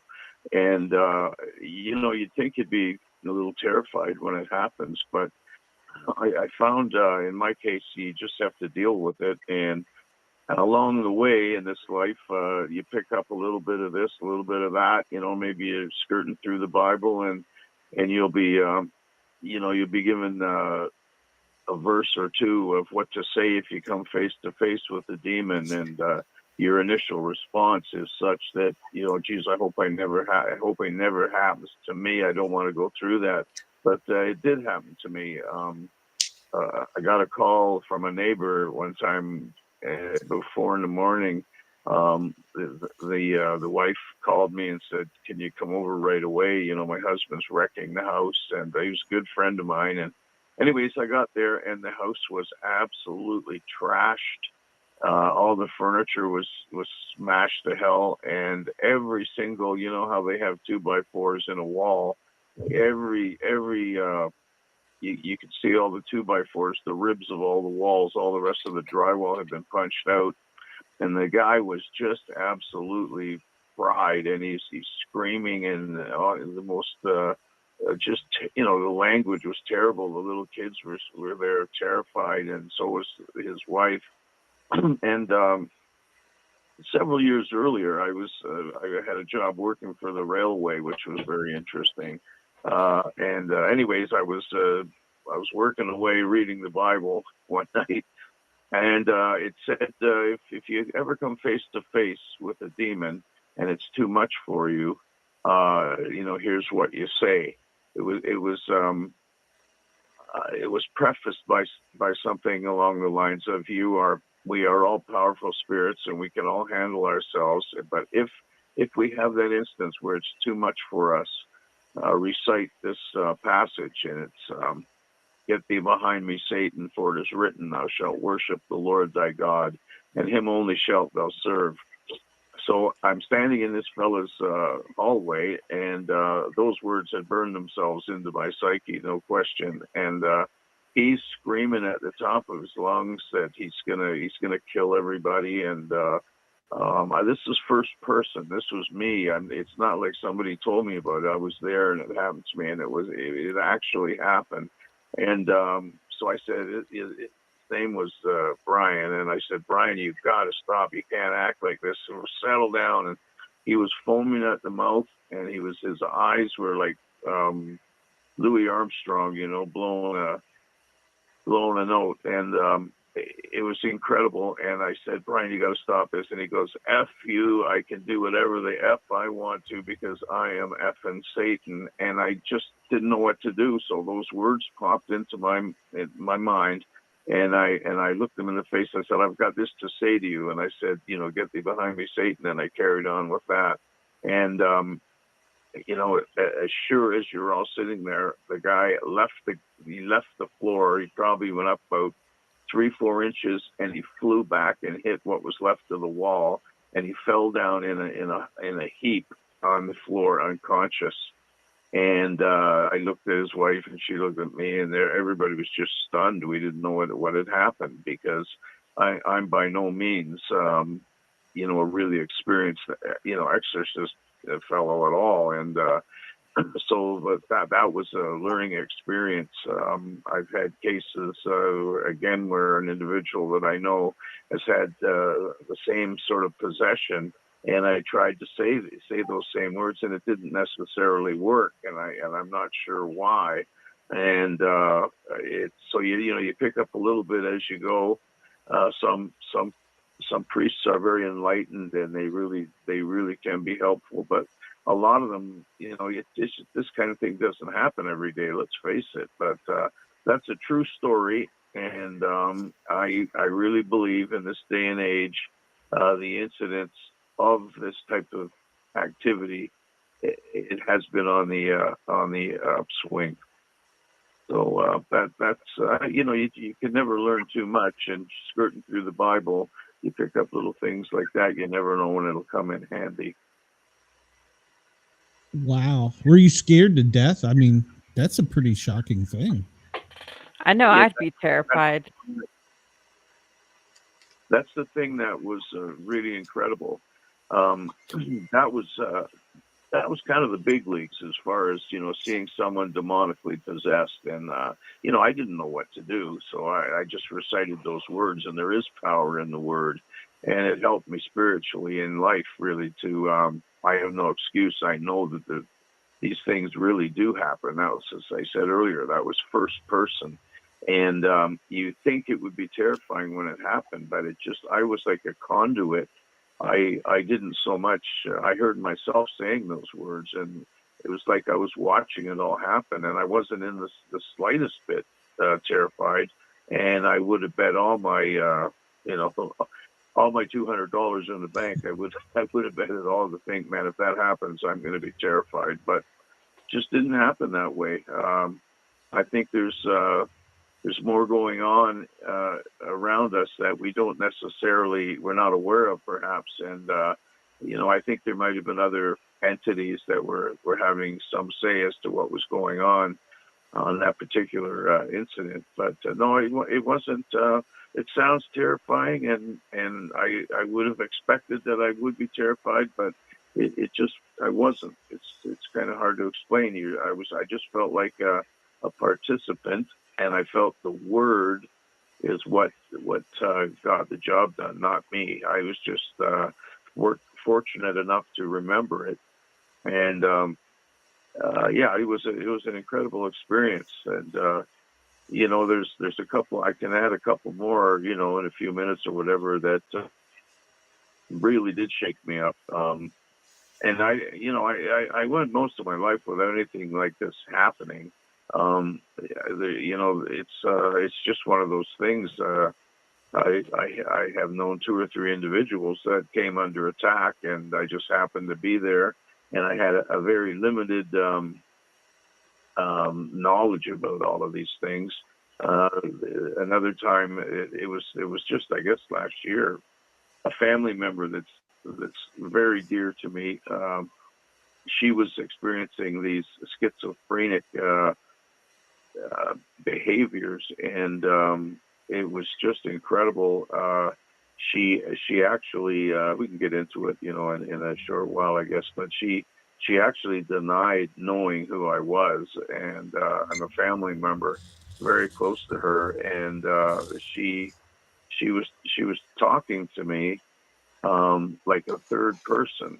I mean, I might as well be just straight about it. It was my daughter, and she had a really rough go this particular occasion, and we don't know. It's starting to look like you're on your own with this stuff sometimes, and it's probably going to go down, I think, as parasites. The influence parasites have on us it's incredible. And so I think what happened was they got the better of her, and she was exhibiting complete possession, demonic possession. She was telling me before it really got bad that she was hearing voices and seeing people. And, she doesn't do any drugs or anything like that. She's a doctor, in fact. And she's well grounded, and for this to be happening, and it's just remarkable, because there I was, this was all going on, and for some reason I didn't get around to reciting that phrase, but the police showed up because it happened outside, and it came down to, did she need to go to the hospital or not? And I said, I'll look after her. I think I've got it under control. And they said, okay, well, the police said, let us ask her. And she actually, they said, are you okay to stay with this fella? And do you know who he is? And she said, yeah, that's John Francis Burkitt. That's my name. And he's not my father. And it wasn't her talking. It was my daughter. I mean, we're tight, very tight, and it was like I was talking to someone else entirely, and that was a rough one. She eventually came around in the hospital 2 or 3 days later, and they chalk it up to things. This is a really interesting thing from my perspective. They chalk it up to things like postpartum depression, sleep deprivation. Maybe your nutrients aren't where they should be, and different things like that. And I don't buy it. It's you have to get, you need to be delivered. I think it really is. It's angelic and it's demonic, and there are. It's just my opinion. Battlefield. This realm is good versus evil. And when things really get exacerbated, like they did in this case, It's pretty hard. I know this sounds crazy. It sounds out there and wild, but this really happened. This happened to my buddy, the fellow I told you about, Brian, and this was my daughter. And we're not really a flighty bunch of people. As I say, the daughter she's a woman of science, and now she's terrified by that. And people are so quick to say, "Oh, it's schizophrenia." Check her out, and it never is. It never is. They don't know what it is. One particular doctor thinks it's parasites have gone through the blood-brain barrier and be kind of taken over. And I would anything goes a little bit off for anyone that's listening. I would heartily recommend that you don't ignore the fact that you may be harboring parasites, because the more I get into that and read about it, the more I learn that there's articles. If you Google parasites and demonic possession, it'll come right up. And again, you're kind of on your own. There's power in the word in the Bible, and I fully believe that you will be guided in a fashion that will help you down the line if you're going to need it. So again, it's not terrifying when it's happening. That was my daughter. I was just trying to help the best I could, and we got through it. In a subsequent similar case, I had learned by that time that. And there's a lot of people out there that dwarf my knowledge of the Bible. Like when Christ was talking to the man that was possessed, and he said, "Who are you?" And the man said, "We are Legion." That's where I turned the corner. There was one particular bad night with my daughter, and she wasn't really responding or coming around to what I was trying to do with her. And so I remembered that, and I just said, "Hey, who are you?" And she, you can see that I had I'd sort of just caused that particular situation, the entity, to stumble just a little bit. And lo and behold, my daughter came right out of it, and she was like almost perfectly normal within minutes. So I certainly can't claim to know it all or anywhere near it all, but I do want to let people know that in very rare occasions or instances, this can happen, and it is absolutely real. I'm still trying to put my finger on what it is in my friend and with my family member, and but you can't ignore it. It's real, and over the years, I don't know how many people must have been diagnosed with schizophrenia, and in actuality, it was parasites that had precipitated the entire episode. That's pretty incredible. Now, do the people remember at what, Mike? I'm sorry. I'm going to bail out. Talk to John there. Guys, thank you so much for having me on. Hey, Mike, I loved it. Yes, I appreciate it. I'll email you here soon, and we'll get some more times and stuff together. And I can't wait to play your stuff in the Fogman there. I can't wait to play his stuff over on my rock station. So I didn't mean to interrupt you, John. Man, I love your stories, and I'm gonna continue to listen. So you guys have a good night, and we'll talk again soon. Okay. All right, brother. Thanks a lot for coming. I appreciate it. All right. Talk to you soon, John. Bye. Bye-bye. Okay, Mike, talk to you, buddy. Hey, we'll be down to see you before too long. All right. So we'll bring some of that. We'll bring some of that blessed water. It says Moosehead on the front. Is it the red bottle? Because that one got me in trouble one time. Yeah. No, I'll see you soon, Mike. Yeah, he bailed on us. So now with your family and friends afterwards, post the incident, did they have any recollection of this? That's really an interesting question. And believe me, I want to emphasize, I'm not an expert. I'm just a guy that it's happened to a couple of times. And you struggle the best you can with the limited knowledge you have. but I did learn that it doesn't hurt to equip yourself with, with the computer these days. You can Google certain things and be specific and save a lot of time. But there really is something to it. I want to emphasize that, and I certainly don't have all the answers, but I'm learning, and it's fascinating. The first instance I told you about, I went home after my buddy had, as I said, he fell down in a heap on the floor, you may recall. And so I went home, got a couple hours sleep, and I went back a little bit later on. And he was sitting there having a cigarette and a coffee, and his family was there, and you could see the damage he'd done in the morning light, and it was significant. And he said to me, "Thanks for coming over." He said, "I don't know what was going on last night. I know I was out of it, and I do remember you hit me in the face with a 2x4." Wow.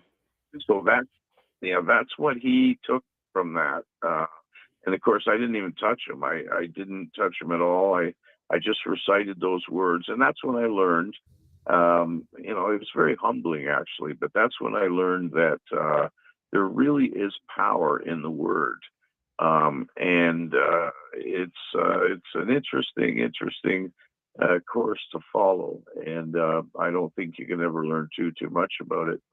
But he didn't remember anything the way it actually was. With my daughter's instances, it's happened a few times, and she's never been diagnosed with full on mental disorder or schizophrenia. It always comes back, and they say it's sleep deprivation or food poisoning or things along those lines. And it's really hard to get a diagnosis out of them that state parasites.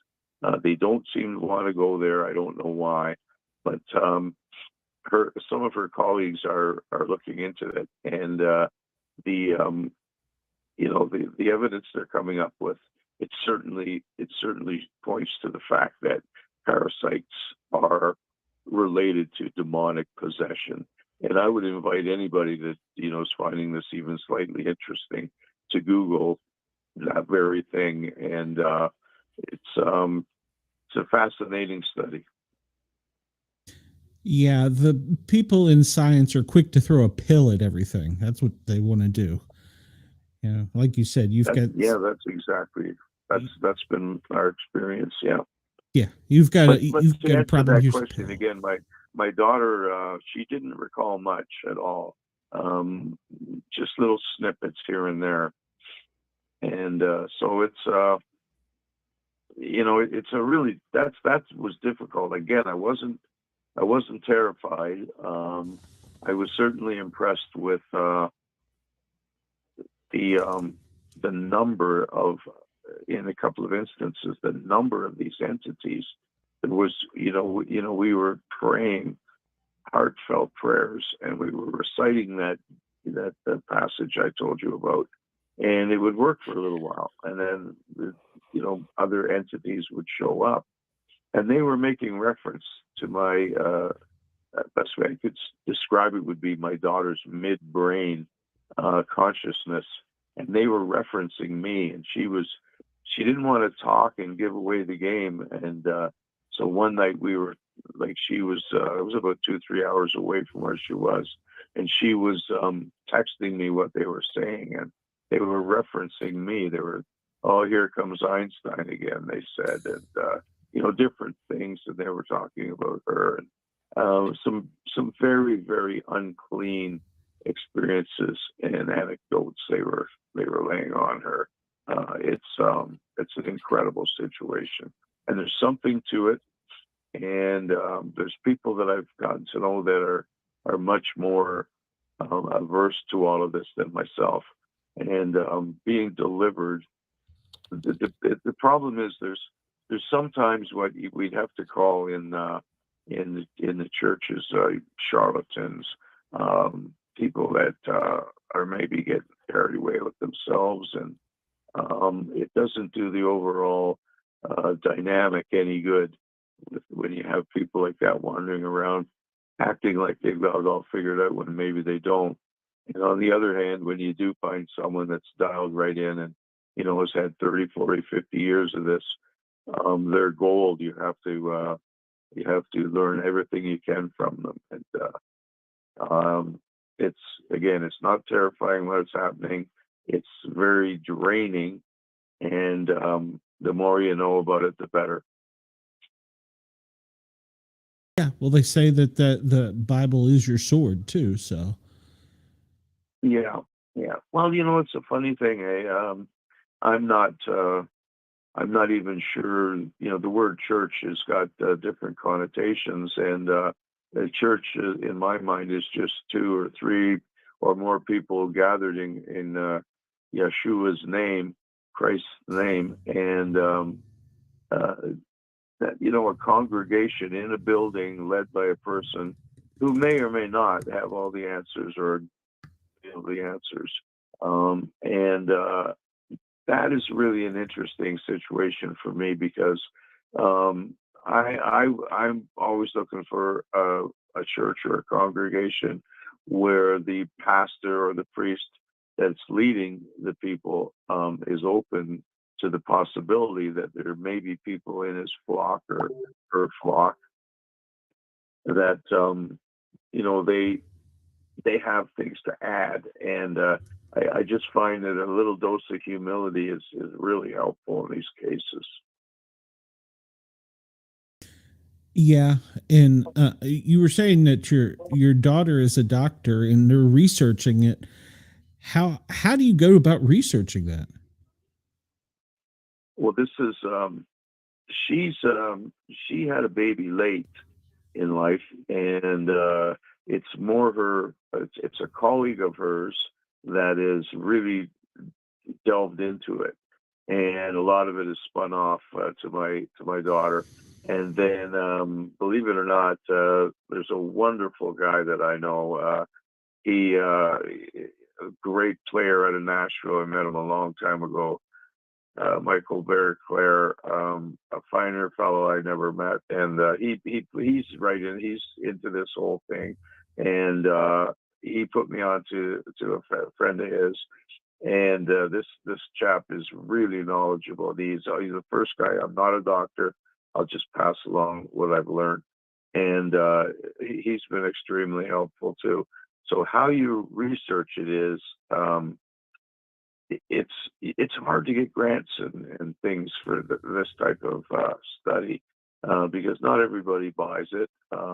They would much rather, I believe, come up with a diagnosis of schizophrenia than a person being attacked by, parasites that can make your life really, really miserable. It's hard to research it. You have to document examples and case studies and things like that, and add to it, and get the finest minds you can get involved with looking into this type of activity. But I don't know if there's a lot of money in diagnosing parasites and things like that. So it's usually the old saying, follow the money. But I mean, there's some people that have delved into it, but it's still pretty much a snake oil thing in a lot of people's minds. And as I said earlier, you may recall me saying, you're definitely going to have a feeling like, you're on your own. It's one of those situations where you have to do as much looking into it as you can on your own. And again, the daughter is a medical person. Her colleagues are medical people, and it's they're doing what they can. They're helping each other out. You've probably come across the debate about ivermectin and fenbendazole. Yes. And certain things of that nature, and they are very good at ridding people of parasites. They're getting some information back, some facts and figures, and case studies and things like that. So there's some headway being made, but it's a tough one. It's tough. I spent nights in the hospital with my daughter, and I wasn't really impressed that they found they made a lot of progress. It always, there's PhD people looking at her like PhDs in, clinical psychology, things like that. And they didn't want to go down the parasite road. They, have you ever, done the anti-inflammatory mushrooms? And my daughter had tried that, sometime before. And as soon as she admitted to that, that's pretty much where this doctor went. Okay, it has to be the mushrooms. But she had stopped doing them. So it's tough. It's the average layperson. Hopefully your GP is good and open-minded, and you can confer with them, and make some headway. And it's a case of where you're very much on your own. Yeah. Well, I don't know if you heard earlier. Yeah, I was a full-time paramedic before I was forced out of the field. And I can tell you that I've responded on many people. Most of the time they were homeless or some kind of situation that was bad for them, and they become dependent upon drugs. And they would tell me, and I would see some of these people time and time again, and they would tell me, I don't want to be this way, but this is the only way I can be to get the voices out of my head. And nobody wants to. And then once you said you get the drug stigma, they're like, oh, well, you've just got a drug problem, and there's more to it. You're absolutely correct. I believe that wholeheartedly. So. Well, it's refreshing to hear you say that, because, there's what's the word? There's a jaded sort of perspective from people as soon as you start hearing voices, or seeing things, or the finger goes around the temple. It's like, yes, oh, here's a little one. But it's time that people really paid attention to this. And it breaks my heart to think of all the people that were put in institutions and whatnot.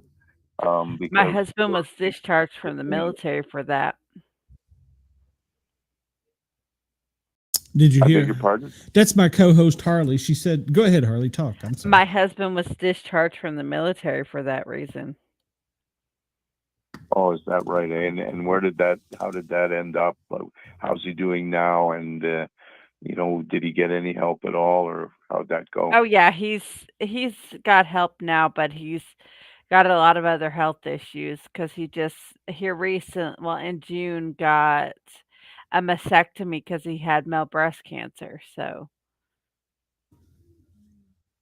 Well, those first off, I have to say there's no people in this world I respect more than our veterans.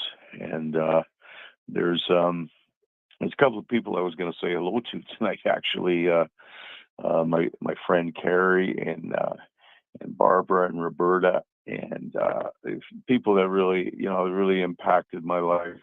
Really nice people and open-minded people, and I just wanted to say, and especially to a fellow who I respect so very much, Lieutenant Colonel John Coff. This is a fellow that's really well grounded. You could talk all day about the he's had, at saving brothers.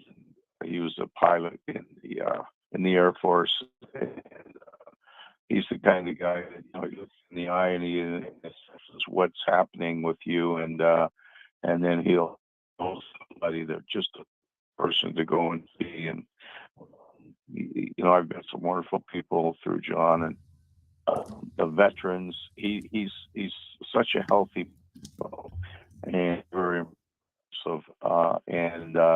But I know some of the things that these guys go through. I had a friend of mine that took his life when he was very young in the military, and no one has my respect more than our veterans, and none of us are doing anything without them. They are the wall between us and the enemy. And yeah, I feel for your husband, and I hope he's okay. He's doing better now. Harley, were they quick to just throw a pill at him? Oh, that's all they do is push pills on him. Wow. Yeah. Well, that's interesting. And he gets to the point where he's like, that's not going to work. I'm not taking it. And he'll just not take it on his own. Good for him. Right. Yeah, the pharmaceutical industry it's a dubious one at best. But every once in a while you get a doctor that balances holistic medicine with, some pills that actually maybe do help. And anyway, my hat is off, and my salute goes out to them. And they don't have very good medical care for veterans at all. Because I've heard that. Yeah. Well, my husband's psychiatrist is the one who caught his diabetes, not his primary care doctor. Wow. Right. And at the Oklahoma VA hospital, they actually had a patient die in the stairwell. Oh my gosh.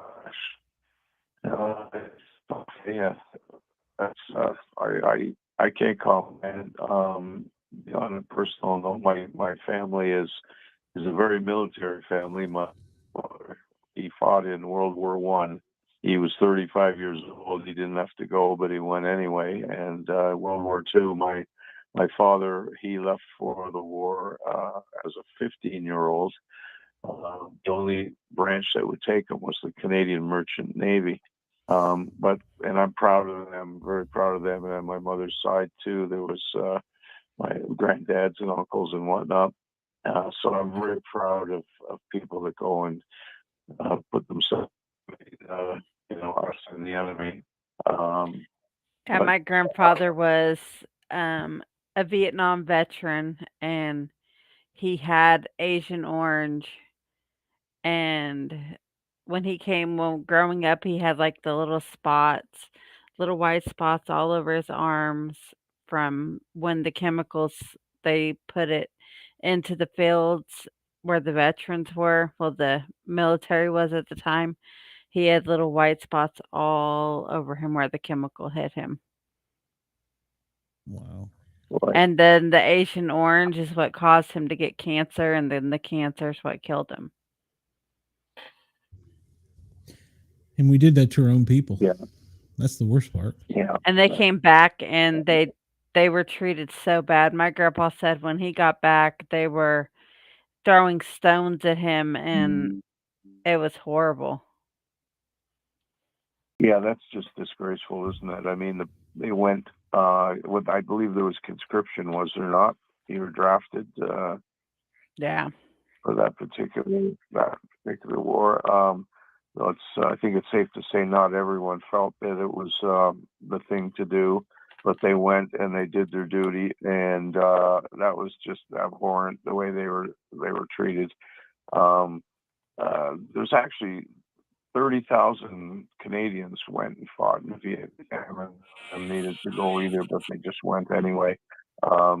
It's something that I haven't experienced, and but I have all the respect for the men and women that did my husband my husband was in Kuwait, and he now was around, like, they're doing tests for the burn pits that they had, and he has to get a test done because he was around all those burn pits when he was in Kuwait.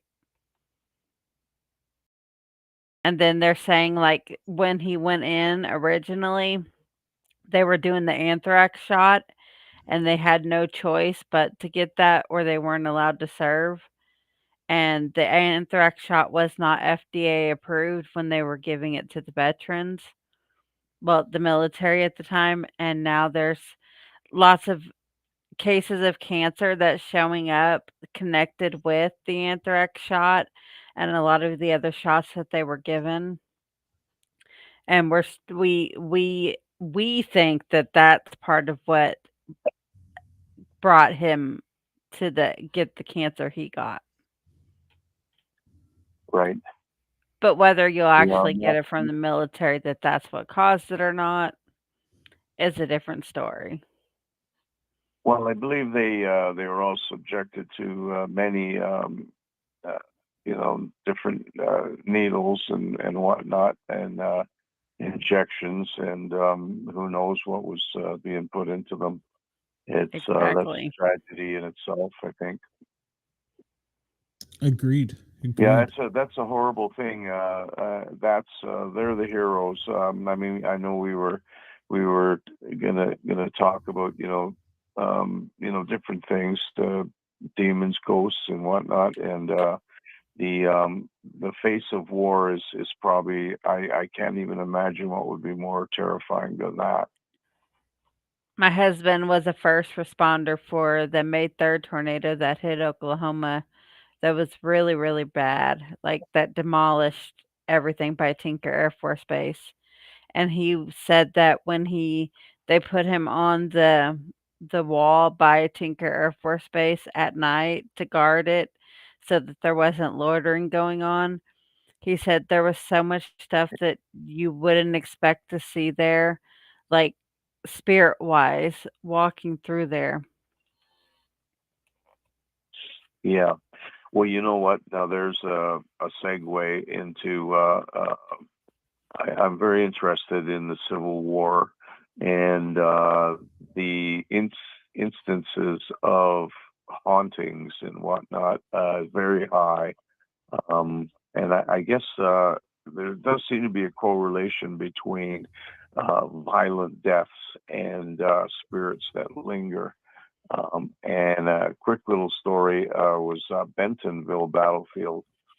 I had occasion to be there one time, and there was no one else in the park, so the ranger took us around, and it was fascinating. We got back to a house that had been commandeered to be a field hospital, and so I was noticing that the wallpaper seemed, very old and very accurate to the period, and the wood and whatnot. So I said to the ranger, I goes, is this period right, or is this surely isn't? He said, this is the exact wallpaper, the exact wood, the stains on the floor, they're for real. And he'd been just a wonderful guy, very helpful. And I said, oh my goodness, if these walls could, and he got visibly agitated and gave me heck. He said, don't even go there. So he could, what that chap being, he clearly didn't want to talk about it, so I didn't ask him. Yeah, I think the wartime has a great number of fun. Gettysburg is one of the most haunted cemeteries. Well, not cemeteries, but battlefields in the world. I live in Ohio, and there's a lot of haunted places here from all of that. Yeah, it's incredible, isn't it? Yeah, I've been really fortunate. I've been to Gettysburg and Antietam and Vicksburg and some of the smaller ones too. There's one, like, the name of it's escaping, Mansfield down by Shreveport, and yeah, it's I don't know. I'm just so fixated on that time frame and real politics behind the war, and you see some things, you hear some things, and you want to get the story straight, and it's that's another deal right there to try and get an accurate version of why this happened and why that happened. But yes, my gosh, that's what's America's going on 250 years, I believe, isn't it, as an independent country? Yes, coming up, yes. Yeah, and the history that has been packed into those 250 years it's just absolutely remarkable, incredible. And yeah, I am Mike alluding to the fact that I'm a favorite supporter and all the for the North. But there's just something about the Civil War and the battle in the South.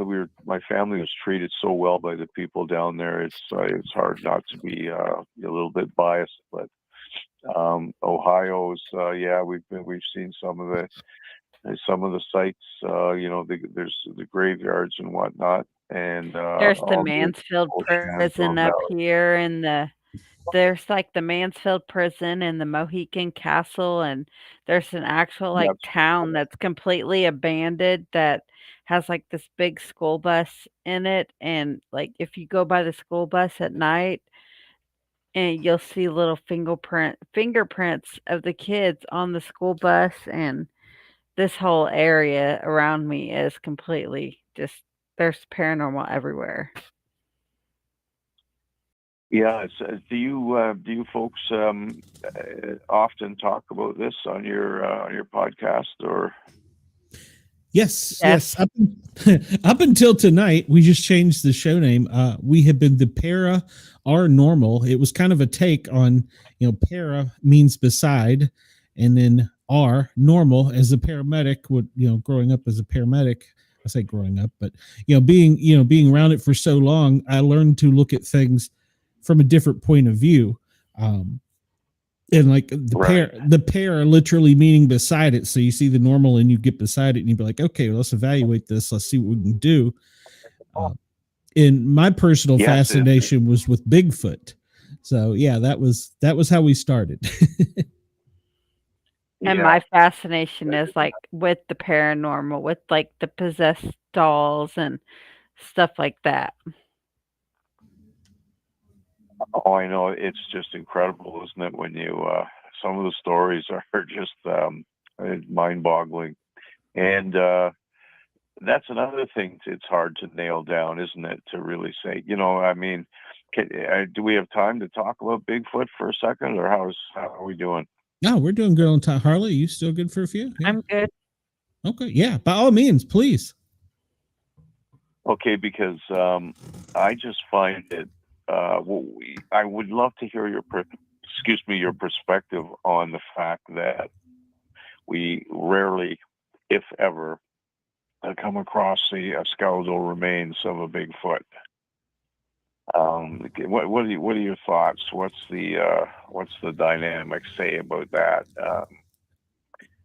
I know there's connections, and it sounds far out, but you have to try and be relativistic about these things.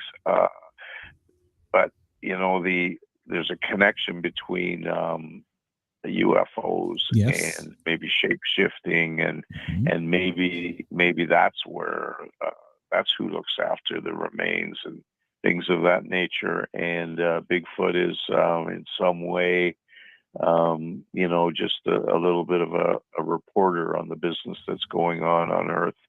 I'm not sure, but can you tell me about that? Where are we with that? Well, it depends on who you talk to, but I can tell you from several of the groups I've researched with in Virginia, Georgia, Tennessee, Alabama, we've been out in the woods, boots on the ground, and we've had some incredible experiences.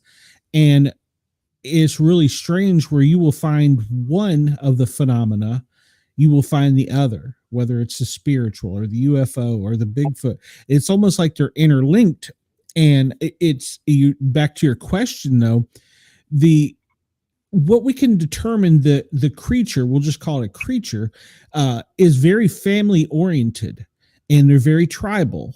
And don't know if that's because of limited cortex or they're actually highly intelligent and we don't recognize it. But I think we think there's also an ET connection, because they often will travel great distances through portals. And portals have been seen and spotted. Our group actually stumbled into a portal in Alabama. So they've been seen and reported worldwide. So are they from somewhere else? Probably. Were they here before us? More than likely. But as to what they are as far as flesh and blood, I think they have something to do with the alien phenomena, because they're always together. Yeah, I have heard that. That's why I'm happy to hear your comments on that. But how do we know? Like you're saying that they're family oriented and whatnot. Elephants, for example, we can observe them practicing like funeral rites and things like that. Now, I see, because I really want to cross-referencing is everything to me, and do we have examples that we can actually? How do we know that they're familial, and that how do we know that they're family oriented? Well, from some of my teammates, I don't personally have this experience. They have seen them with young, nursing them like a mother would nurse a child. I can tell you that usually the encounters most people have with the quote Bigfoot are typically what would be referred to in our group of time period would be teenagers, because they're the most rambunctious, the most curious, the most get into trouble of the age groups. But they never travel alone. If you see one Bigfoot, don't think for a minute there's not another one somewhere, because they're usually at least two. And they will hunt you too. We have been triangulated by them. So that's not a pleasant feeling either. But yeah, but they're very protective of one another. You can tell that because if you have, I had an encounter down in South Georgia where I technically had one cornered with lights. It couldn't get away from me, and it literally was on the other side of a bush, screaming at the top of its lungs. And I heard in that moment in time, and like you, I wasn't scared at the time, but I wasn't brave enough to go through the bush. I wish I had been, but I heard every bird noise you could possibly imagine, even birds that weren't even remote to Georgia. I heard birds like you would hear from South America in the jungles, and and they were so loud you could tell it was from a large creature, because when you whistle, this is a musician, you've only got so much air, and when they would be making these noises, it would go on between breaths for much longer periods of time, and I was so close I could hear it breathe. Yeah. So, but it got away from us by throwing a tree about the size of a telephone pole at one of the guys at the back of the group who wasn't as aggressive as me. And we all turned to look when we heard that and him scream. We saw the leg of it, and then that thing took off, and we never did see or hear it again. So, I in all due respect, you see, it's like UFOs. Some people have seen them themselves, and they'll never forget it. I'm just not I don't have any friends. My idea of camping is, a Marriott hotel. I don't camp much. Let's put it that way. You like to glamp. Anyway, so I haven't seen I haven't had a buddy that said I saw one, So for you to say that, that's really refreshing for me, because I'm always talking to my girlfriend here, and she's very much into it, and I keep saying things that are naive probably to folks like yourselves. Where are the skeletons, and et cetera, et cetera. So it's really great to talk. So you've seen them, you've related with them. That is really, as I say, refreshing. Yeah. Actually, what got me started down this path of looking for Bigfoot as a teenager, I saw one in Northern Virginia.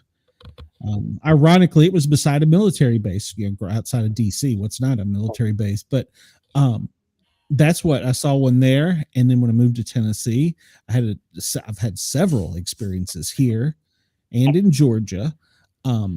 And the other thing is, I think for some reason, and we've seen this true. I kind of wish Jessica was still in the chat. She does a great show on Paranormal, The Cryptid Huntress. She's in my team. We think for some reason that once they know that you're open to them, that it's kind of like the veil is lifted and they will want to interact with you, which is the strangest thing. You know, I was a funny story. I live in the suburbs of Atlanta, and I was a flight medic for a period of time in my life, and I would be gone for 2 weeks. And the 2 weeks off, I would spend out in the woods, you know, doing this research. Well, we call it research, but it's really camping and drinking beer. But there is some research. But one night coming home, and I live in the suburbs of Atlanta. I want to qualify this, like, you know, we put our trash out and trash man comes and picks it up. We don't live in the sticks or anything. And I'm walking down the driveway and I get pelted in the back of the head. Coming home from being on duty for 2 weeks on duty, I get pelted in the back of the head by a pine cone. There's no pine trees nearby me. There's no pine trees in my neighbor's yard. It came vertical, so there's no way it could have fallen. Tree, and it hit me in the back of the head, and I just stopped, and I was really tired, and I'm like, Bigfoot, we'll play later once I get home. I'm tired. Just let me be right now. Right. It's fascinating when you see humans relating to, say, a shark or whales, different things. So why wouldn't that happen with, I guess you'd call hominids, wouldn't you? But it's like in prehistory, way back when we first started domesticating wolves. It's a fact. And the problem, I think, with the Bigfoot is if someone can bag one with an elephant rifle or something, that's what'll happen. And so they've obviously picked up on that. And I just assume it really is very hard to gain their trust. Have you had any instances of that? One of the guys that influenced me greatly in this field, he's been on TV. He's one of the guys that, he's been on the show Hunting Bigfoot. He's been interviewed on the reality TV show, or not the reality, the Discovery channels and all those type of things. And he said that he had one dead to rights, and he's ex-law enforcement. That's what he wanted to do. He wanted to, as you said, bag one. And he had one in his sights. And he said it turned and it looked at him and it realized, he was close enough to where he could make out facial features, and it cried. And he said there was not anything in me as a lawman at that point in time that I could ever think about pulling the trigger. And so I took that to, that they somehow know our intent too. So, but yeah, he said it churned and it cried. And he said it was a female that had breasts, and it was the one that he had seen with a baby earlier. And he was going to take the shot. And then, there was another person in our group who's a scientist, biologist. And we were talking, there's a big controversy about anti-kill research groups in the Bigfoot community. And this guy is a biologist. He told me, why would we ever want to do that? He said, because let's just say you, quote, harvest a young male. Well, then science is going to say, oh, no, we got to find a female to find out where it comes from. Well, now we got to find a male to find their reproductive system. He said, so in order for science, I'm using air quotes here, to acknowledge it, you're going to have to slaughter a whole generation. And he said, is it really worth it? And no, it's not. So it's, we're not talking about chickens that we're going to eat. They have humanistic characteristics. So whatever they are. And I also believe they can do things like we do. They can have emotions and be angry. They can be mad. They can carry on as we do. But yeah, when Bob said it cried. That got to my heart. He said he saw it cry, and he's like, Bob was like, there's nothing I can do at that point. So it changes your life when you start out and get looking at the things in the paranormal and the cryptid world. Your life does take a change because you start to realize and open your eyes that there's things out there we don't necessarily understand and probably never will as humans. No. Yeah, it's fascinating, really. But I would just love. I mean, you know how a fella or a girl will make friends with a deer, or the animals have society. We've seen that ourselves, and little squirrel community when we lived in the inner city somewhere. They're so much more intellectual and caring for each other than you'd ever imagine. And you got to assume that the Bigfoot would be way high on the food chain. And I'm just, I guess what I'm asking you is there any examples of people actually relating to? Is there any stories of a fellow or a girl, having a sort of a visiting relationship with one? Well, leaving us some food or whatever. It's funny you say that. Here in East Tennessee, if you get back in the real remote areas, the country, and you can get somebody to open up and talk to you about it, you will find out that there's been families that have known about them on their property for years, and they've let them have some of their harvest out of their gardens or their fruit trees, and they've cohabitated. They may not communicate like me and you do, but they've been there. I've got one, she's actually probably Ken, a friend that on her property, she's got a whole family of them and they cohabitate. So there are other people who have claimed to talk to them. It's not like speech like we do, because I think they speak a different language, if I understand from these people. It's more like a mind speak, which, that could even get into the spiritual world. But there are people that do have those type of relationships, to answer your question. Yes.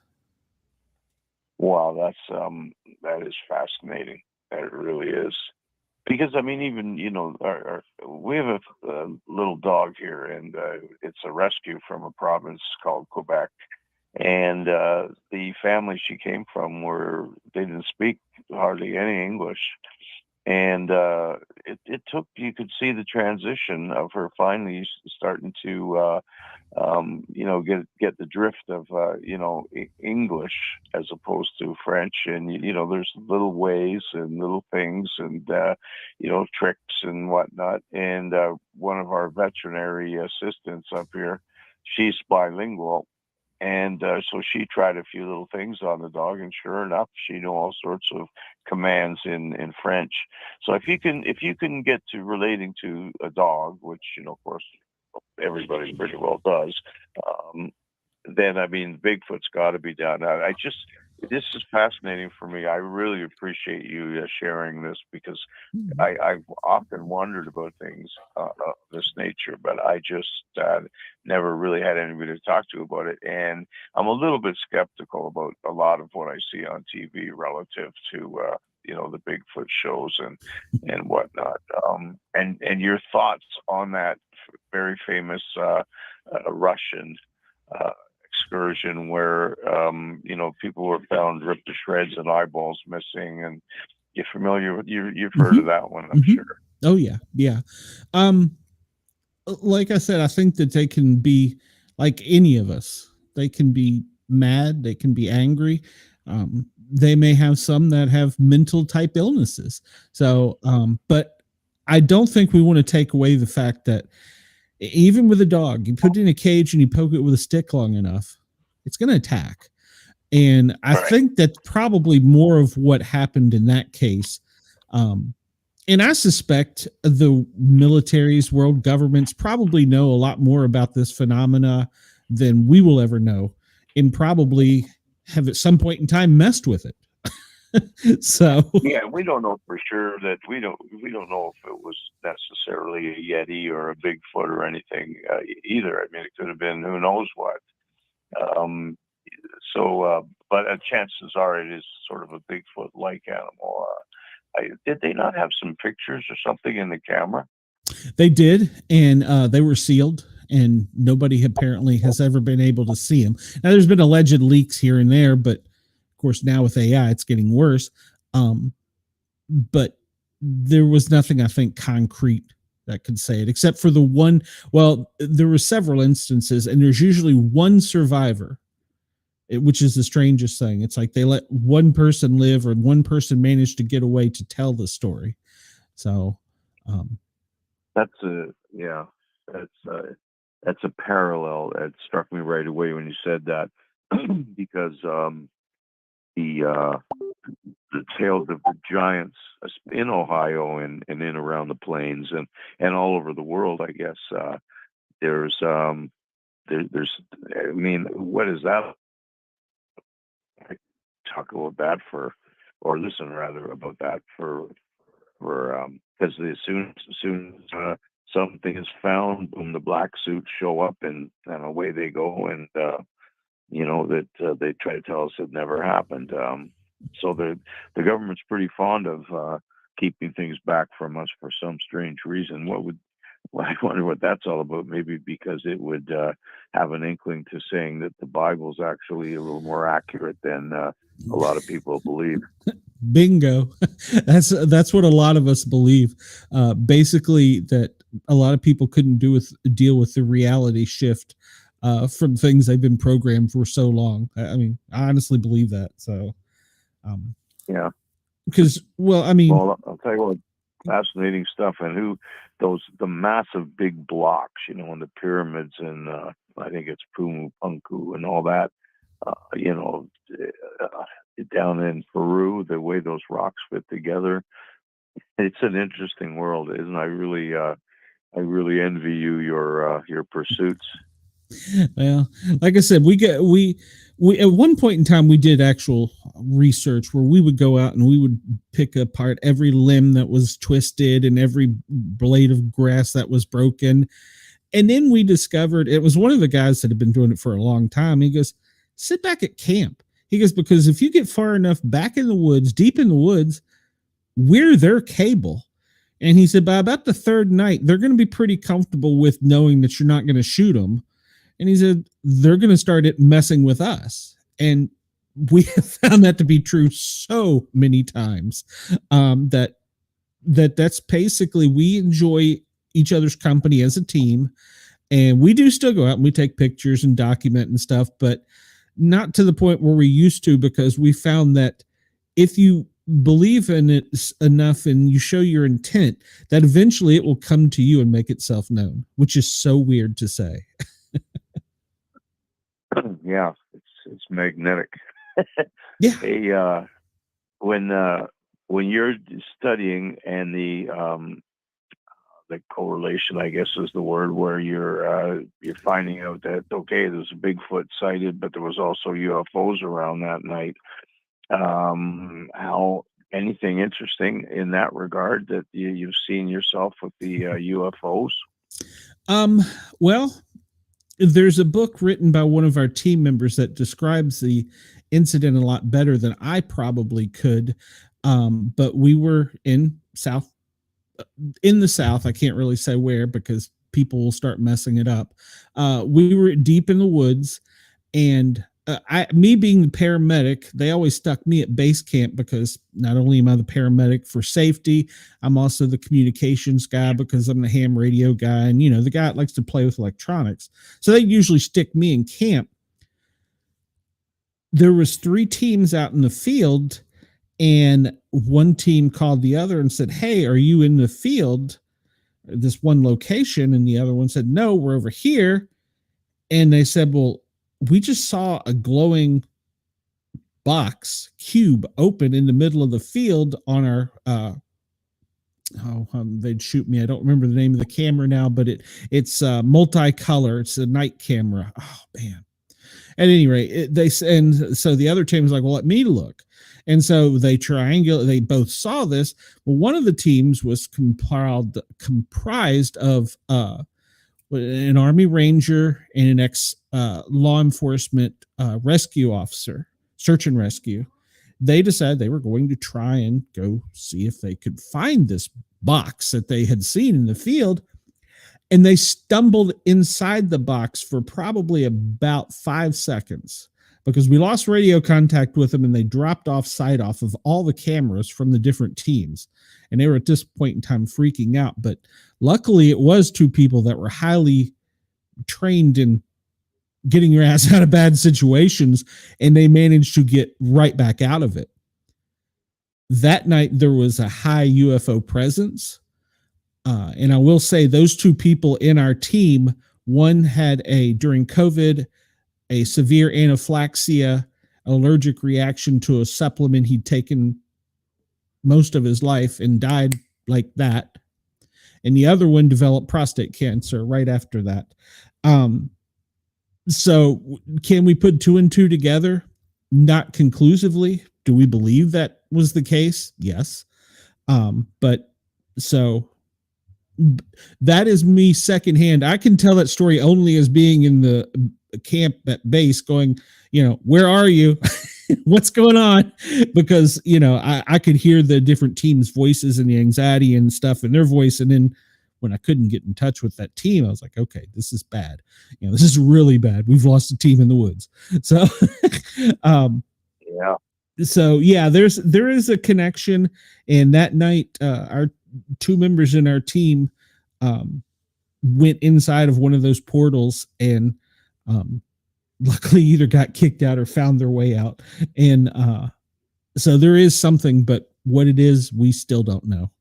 So When I was about 13 years old, and we were in the east end of Toronto, and just sleeping out. It was a warm summer night, and I just put my head back, and I saw 4 discs go from one end of the sky to the other in the snap of your thumb, and they were going so fast, no noise at all, and it was incredible. I mean, I think around that time, the jets we were flying were starfighters and things like that, ungodly noisy.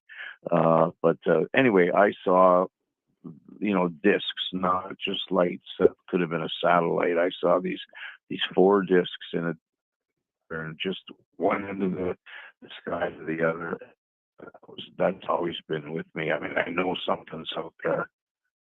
We're finding out now about stealth aircraft, and so it certainly these things were ahead of that, and nothing to do with that. So I mean, you have to figure it probably wasn't ours if it was the Russians or anyone like that, but there's something definitely out there, and it's amazing to think about what the possibilities are, and especially now we got this comet hurtling, or spaceship hurtling Yes. towards. What's that all about? And then the rings in Britain. I don't know if they are in the United States, but they're those designs that they're finding, and I mean, I could talk about this with you all night. I find it fascinating, but I won't keep you too long. But what about what's the deal with the animals that they find drained of blood and their organs taken out and everything? Any thoughts on that?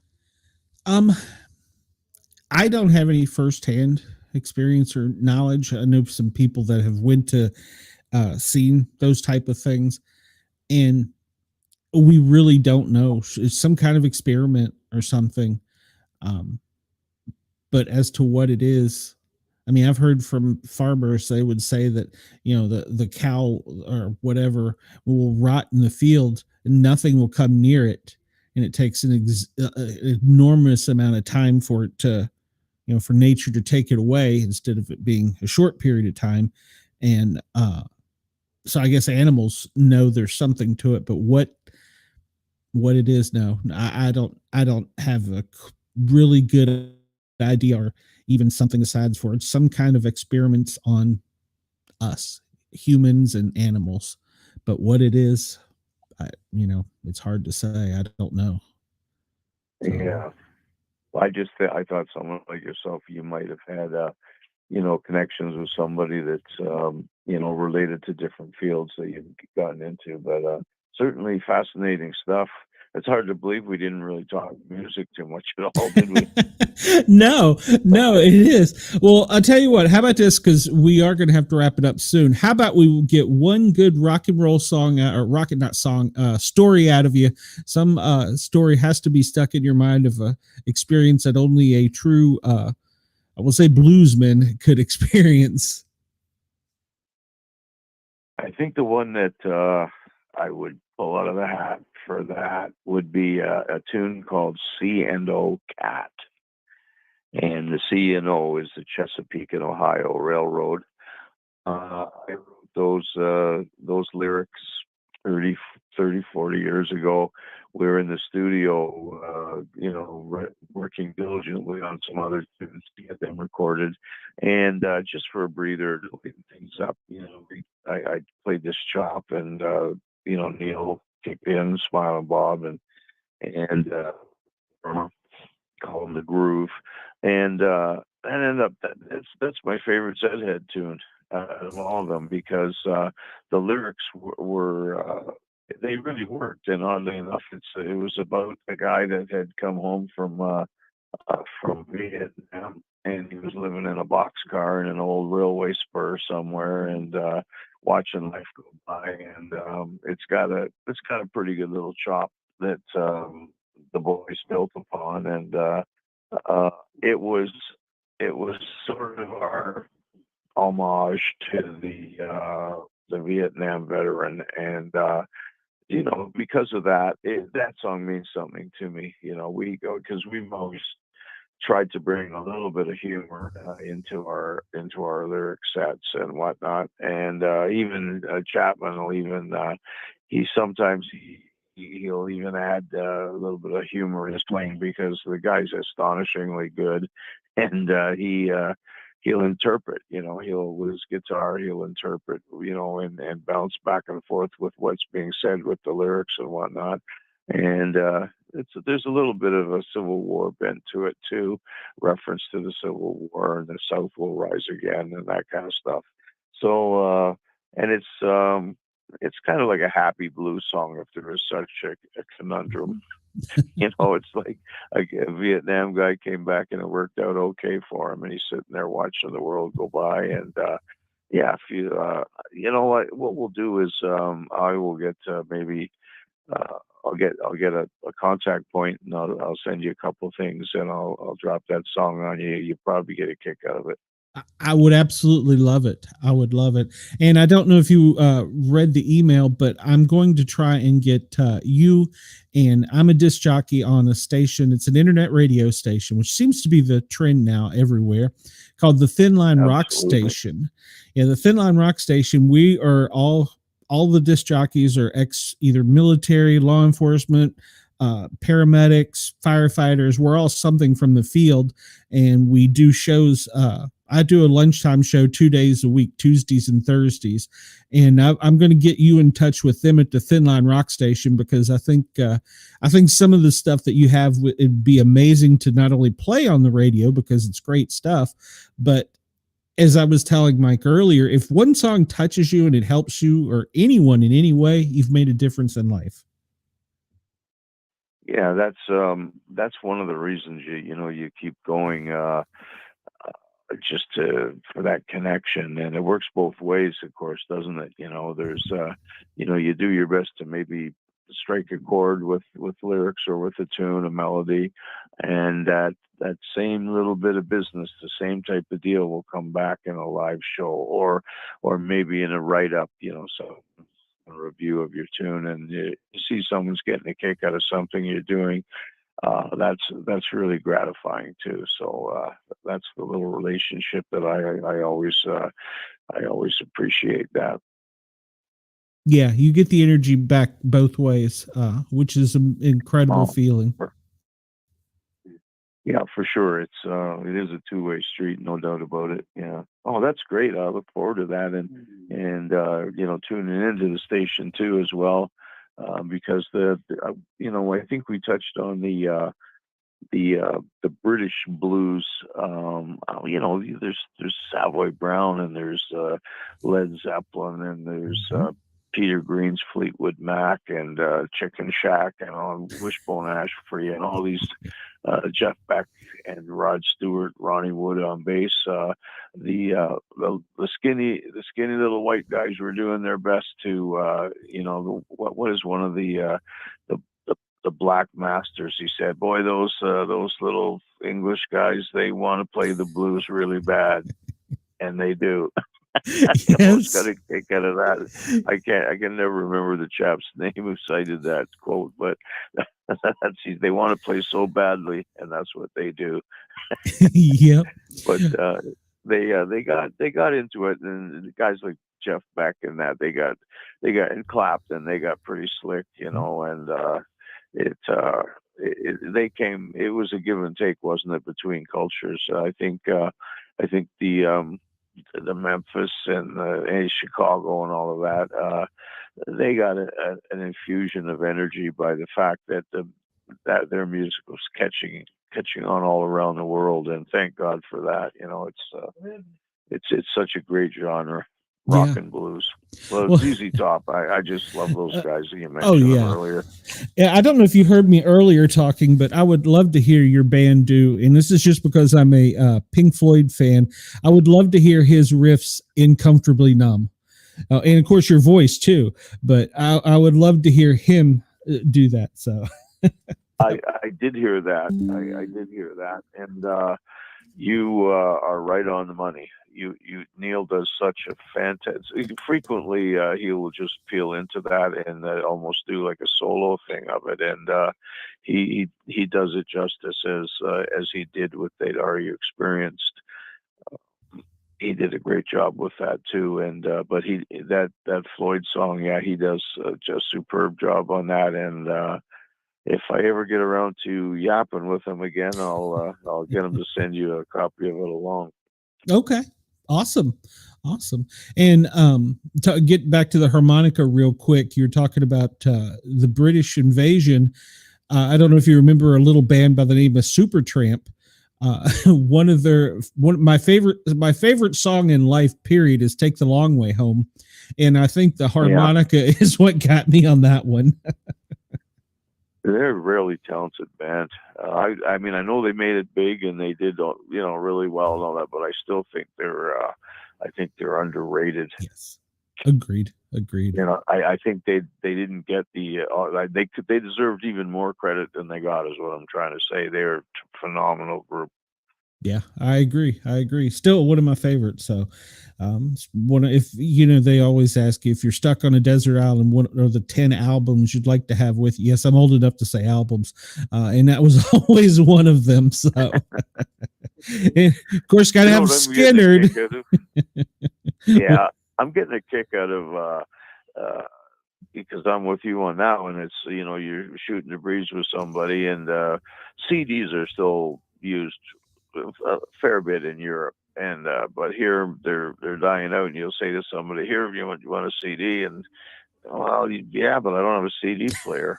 So the whole, they're so much more practical than lugging LPs around. I don't know if they're going to disappear like the dodo bird, or if they'll come back because they're so practical. Selling swag and your guff at shows and whatnot. It's so handy having CDs, but they're going the way of the dodo. Yeah, everything eventually comes back. I hope that's true, with the exception of disco. So. Yeah, geez, wasn't that a period? Yeah, one or two. I wasn't a real huge punk fan either, but I could take it. At least there was at least some luminaries involved in that anyway. Agreed. John, I want you to come back and talk to us. I've enjoyed this immensely, and Harley had a youngin' to go take to, so she had to dodge out real quick. She wanted me to tell you she had a great time. She's still listening, but she had a young child. Well, I won't say young, and a child she had to help with. So, but I really appreciate you coming on. I've really enjoyed this time, and I want to have you back. It'll be my pleasure. I'd love to do it. Okay. All right. Well, you've got my phone number. Feel free to text me, call me. I don't usually answer this number, but I can take calls. So obviously, yeah, by all means, let's get you back in here. Yeah, we'll stay in touch for sure. And yeah, we'll see if, maybe speak for a few minutes on the ancient stuff. There was the one place, Göbekli Tepe. Ever heard of that place? Where was it? I'm sorry. It's over in Turkey, Göbekli Tepe. It's called, and it's I believe it's 6,000 or 8,000 years older than Stonehenge, and it's on a hillside in Turkey. And they've only dug up like 10% of it, and it's absolutely fascinating. I'm not sure I'm pronouncing it right, but I will look it up. It's Göbekli Tepe, it's called, and I will send it to you. And for a long, talk about the hauntings of the human race and whatnot. This thing is fascinating beyond belief. So maybe we'll just keep that in mind. If we do start getting into a musical type show, we'll cut out, a few minutes on the megalithic history of mankind. Sounds great. I'll love it. I look forward to it. Yeah. I've had a great time too. It's very refreshing talking to you folks, and I enjoyed myself as well. I got a very intelligent little Jack Russell looking at me right now, and she enjoyed it too, but I'm being told I have to take her out from. It's time for the walk. Absolutely. Well, right, hey, brother, very good. I enjoyed myself immensely. Yes, sir. I appreciate your time for calling in and being a part of the show. And hey, if you ever need a podcaster to tag along with your all's band, just let me know. I'm your guy. So, all right, man. Awesome. I'll see if I can figure out how to get the video going next time. We'll get it. All right, man. Have a great night. Thanks for calling in. Yeah. Again, my pleasure. Talk to you soon. All right. Bye-bye. Okay, well, that was the first for having an interview over the phone for any of my followers that have been with me for a long time, and the show took a turn that I wasn't quite expecting, but I'm glad it did. We ran over. I want to thank everybody at Yerg's Radio and Dare Talk Media in Australia. I don't think they've kicked me off. Hopefully they're still listening. Hopefully everybody in Australia is still tuned into us. This will obviously, if you ever want to come back and listen to it, it will forever be, well, unless I get kicked off of YouTube, on YouTube. So come over and find us under the Sportcat Shows. Give us a sub, give us a like, give us a follow, all that good stuff. We can't remind everybody that enough. But we're going to have him back, and we're going to have Mike back. I will list in the show links, probably not tonight, but in the next 24 to 48 hours, where you can find their stuff. John is an amazing bluesman, Southern rock, and don't let Mike fool you. He's pretty darn good too. So I appreciated them, and we're going to get them on the Thin Line Rock Station and on Radio X in Australia. For everyone in Australia that's listening and wants to hear their music, send a message into your Radio X station and tell them, get them on the air. You want to hear it. So, all right, well, I'm going to get out of here because I have ran way over time. Thanks, everybody. I appreciate it. I will see you tomorrow from 1 until 3 doing the Sportcat Daily Gazette, where you hear me. I don't know. I just pontificate. I just talk. So, but I'm sure we'll probably talk about this show some. Everybody have a great night. I hope to see you or hear you soon. Like I said, please come over and find me on YouTube. Thank you, everybody in Australia, for staying with me. Thank you for Yerg's Radio for allowing me to. Everybody have a great night, a good morning. It's good afternoon to you in Australia. So thank you very much. Have a great day. Talk to you soon. Sportcat, I'm going to get the heck out of here. It's time to go get a snack. See y'all tomorrow.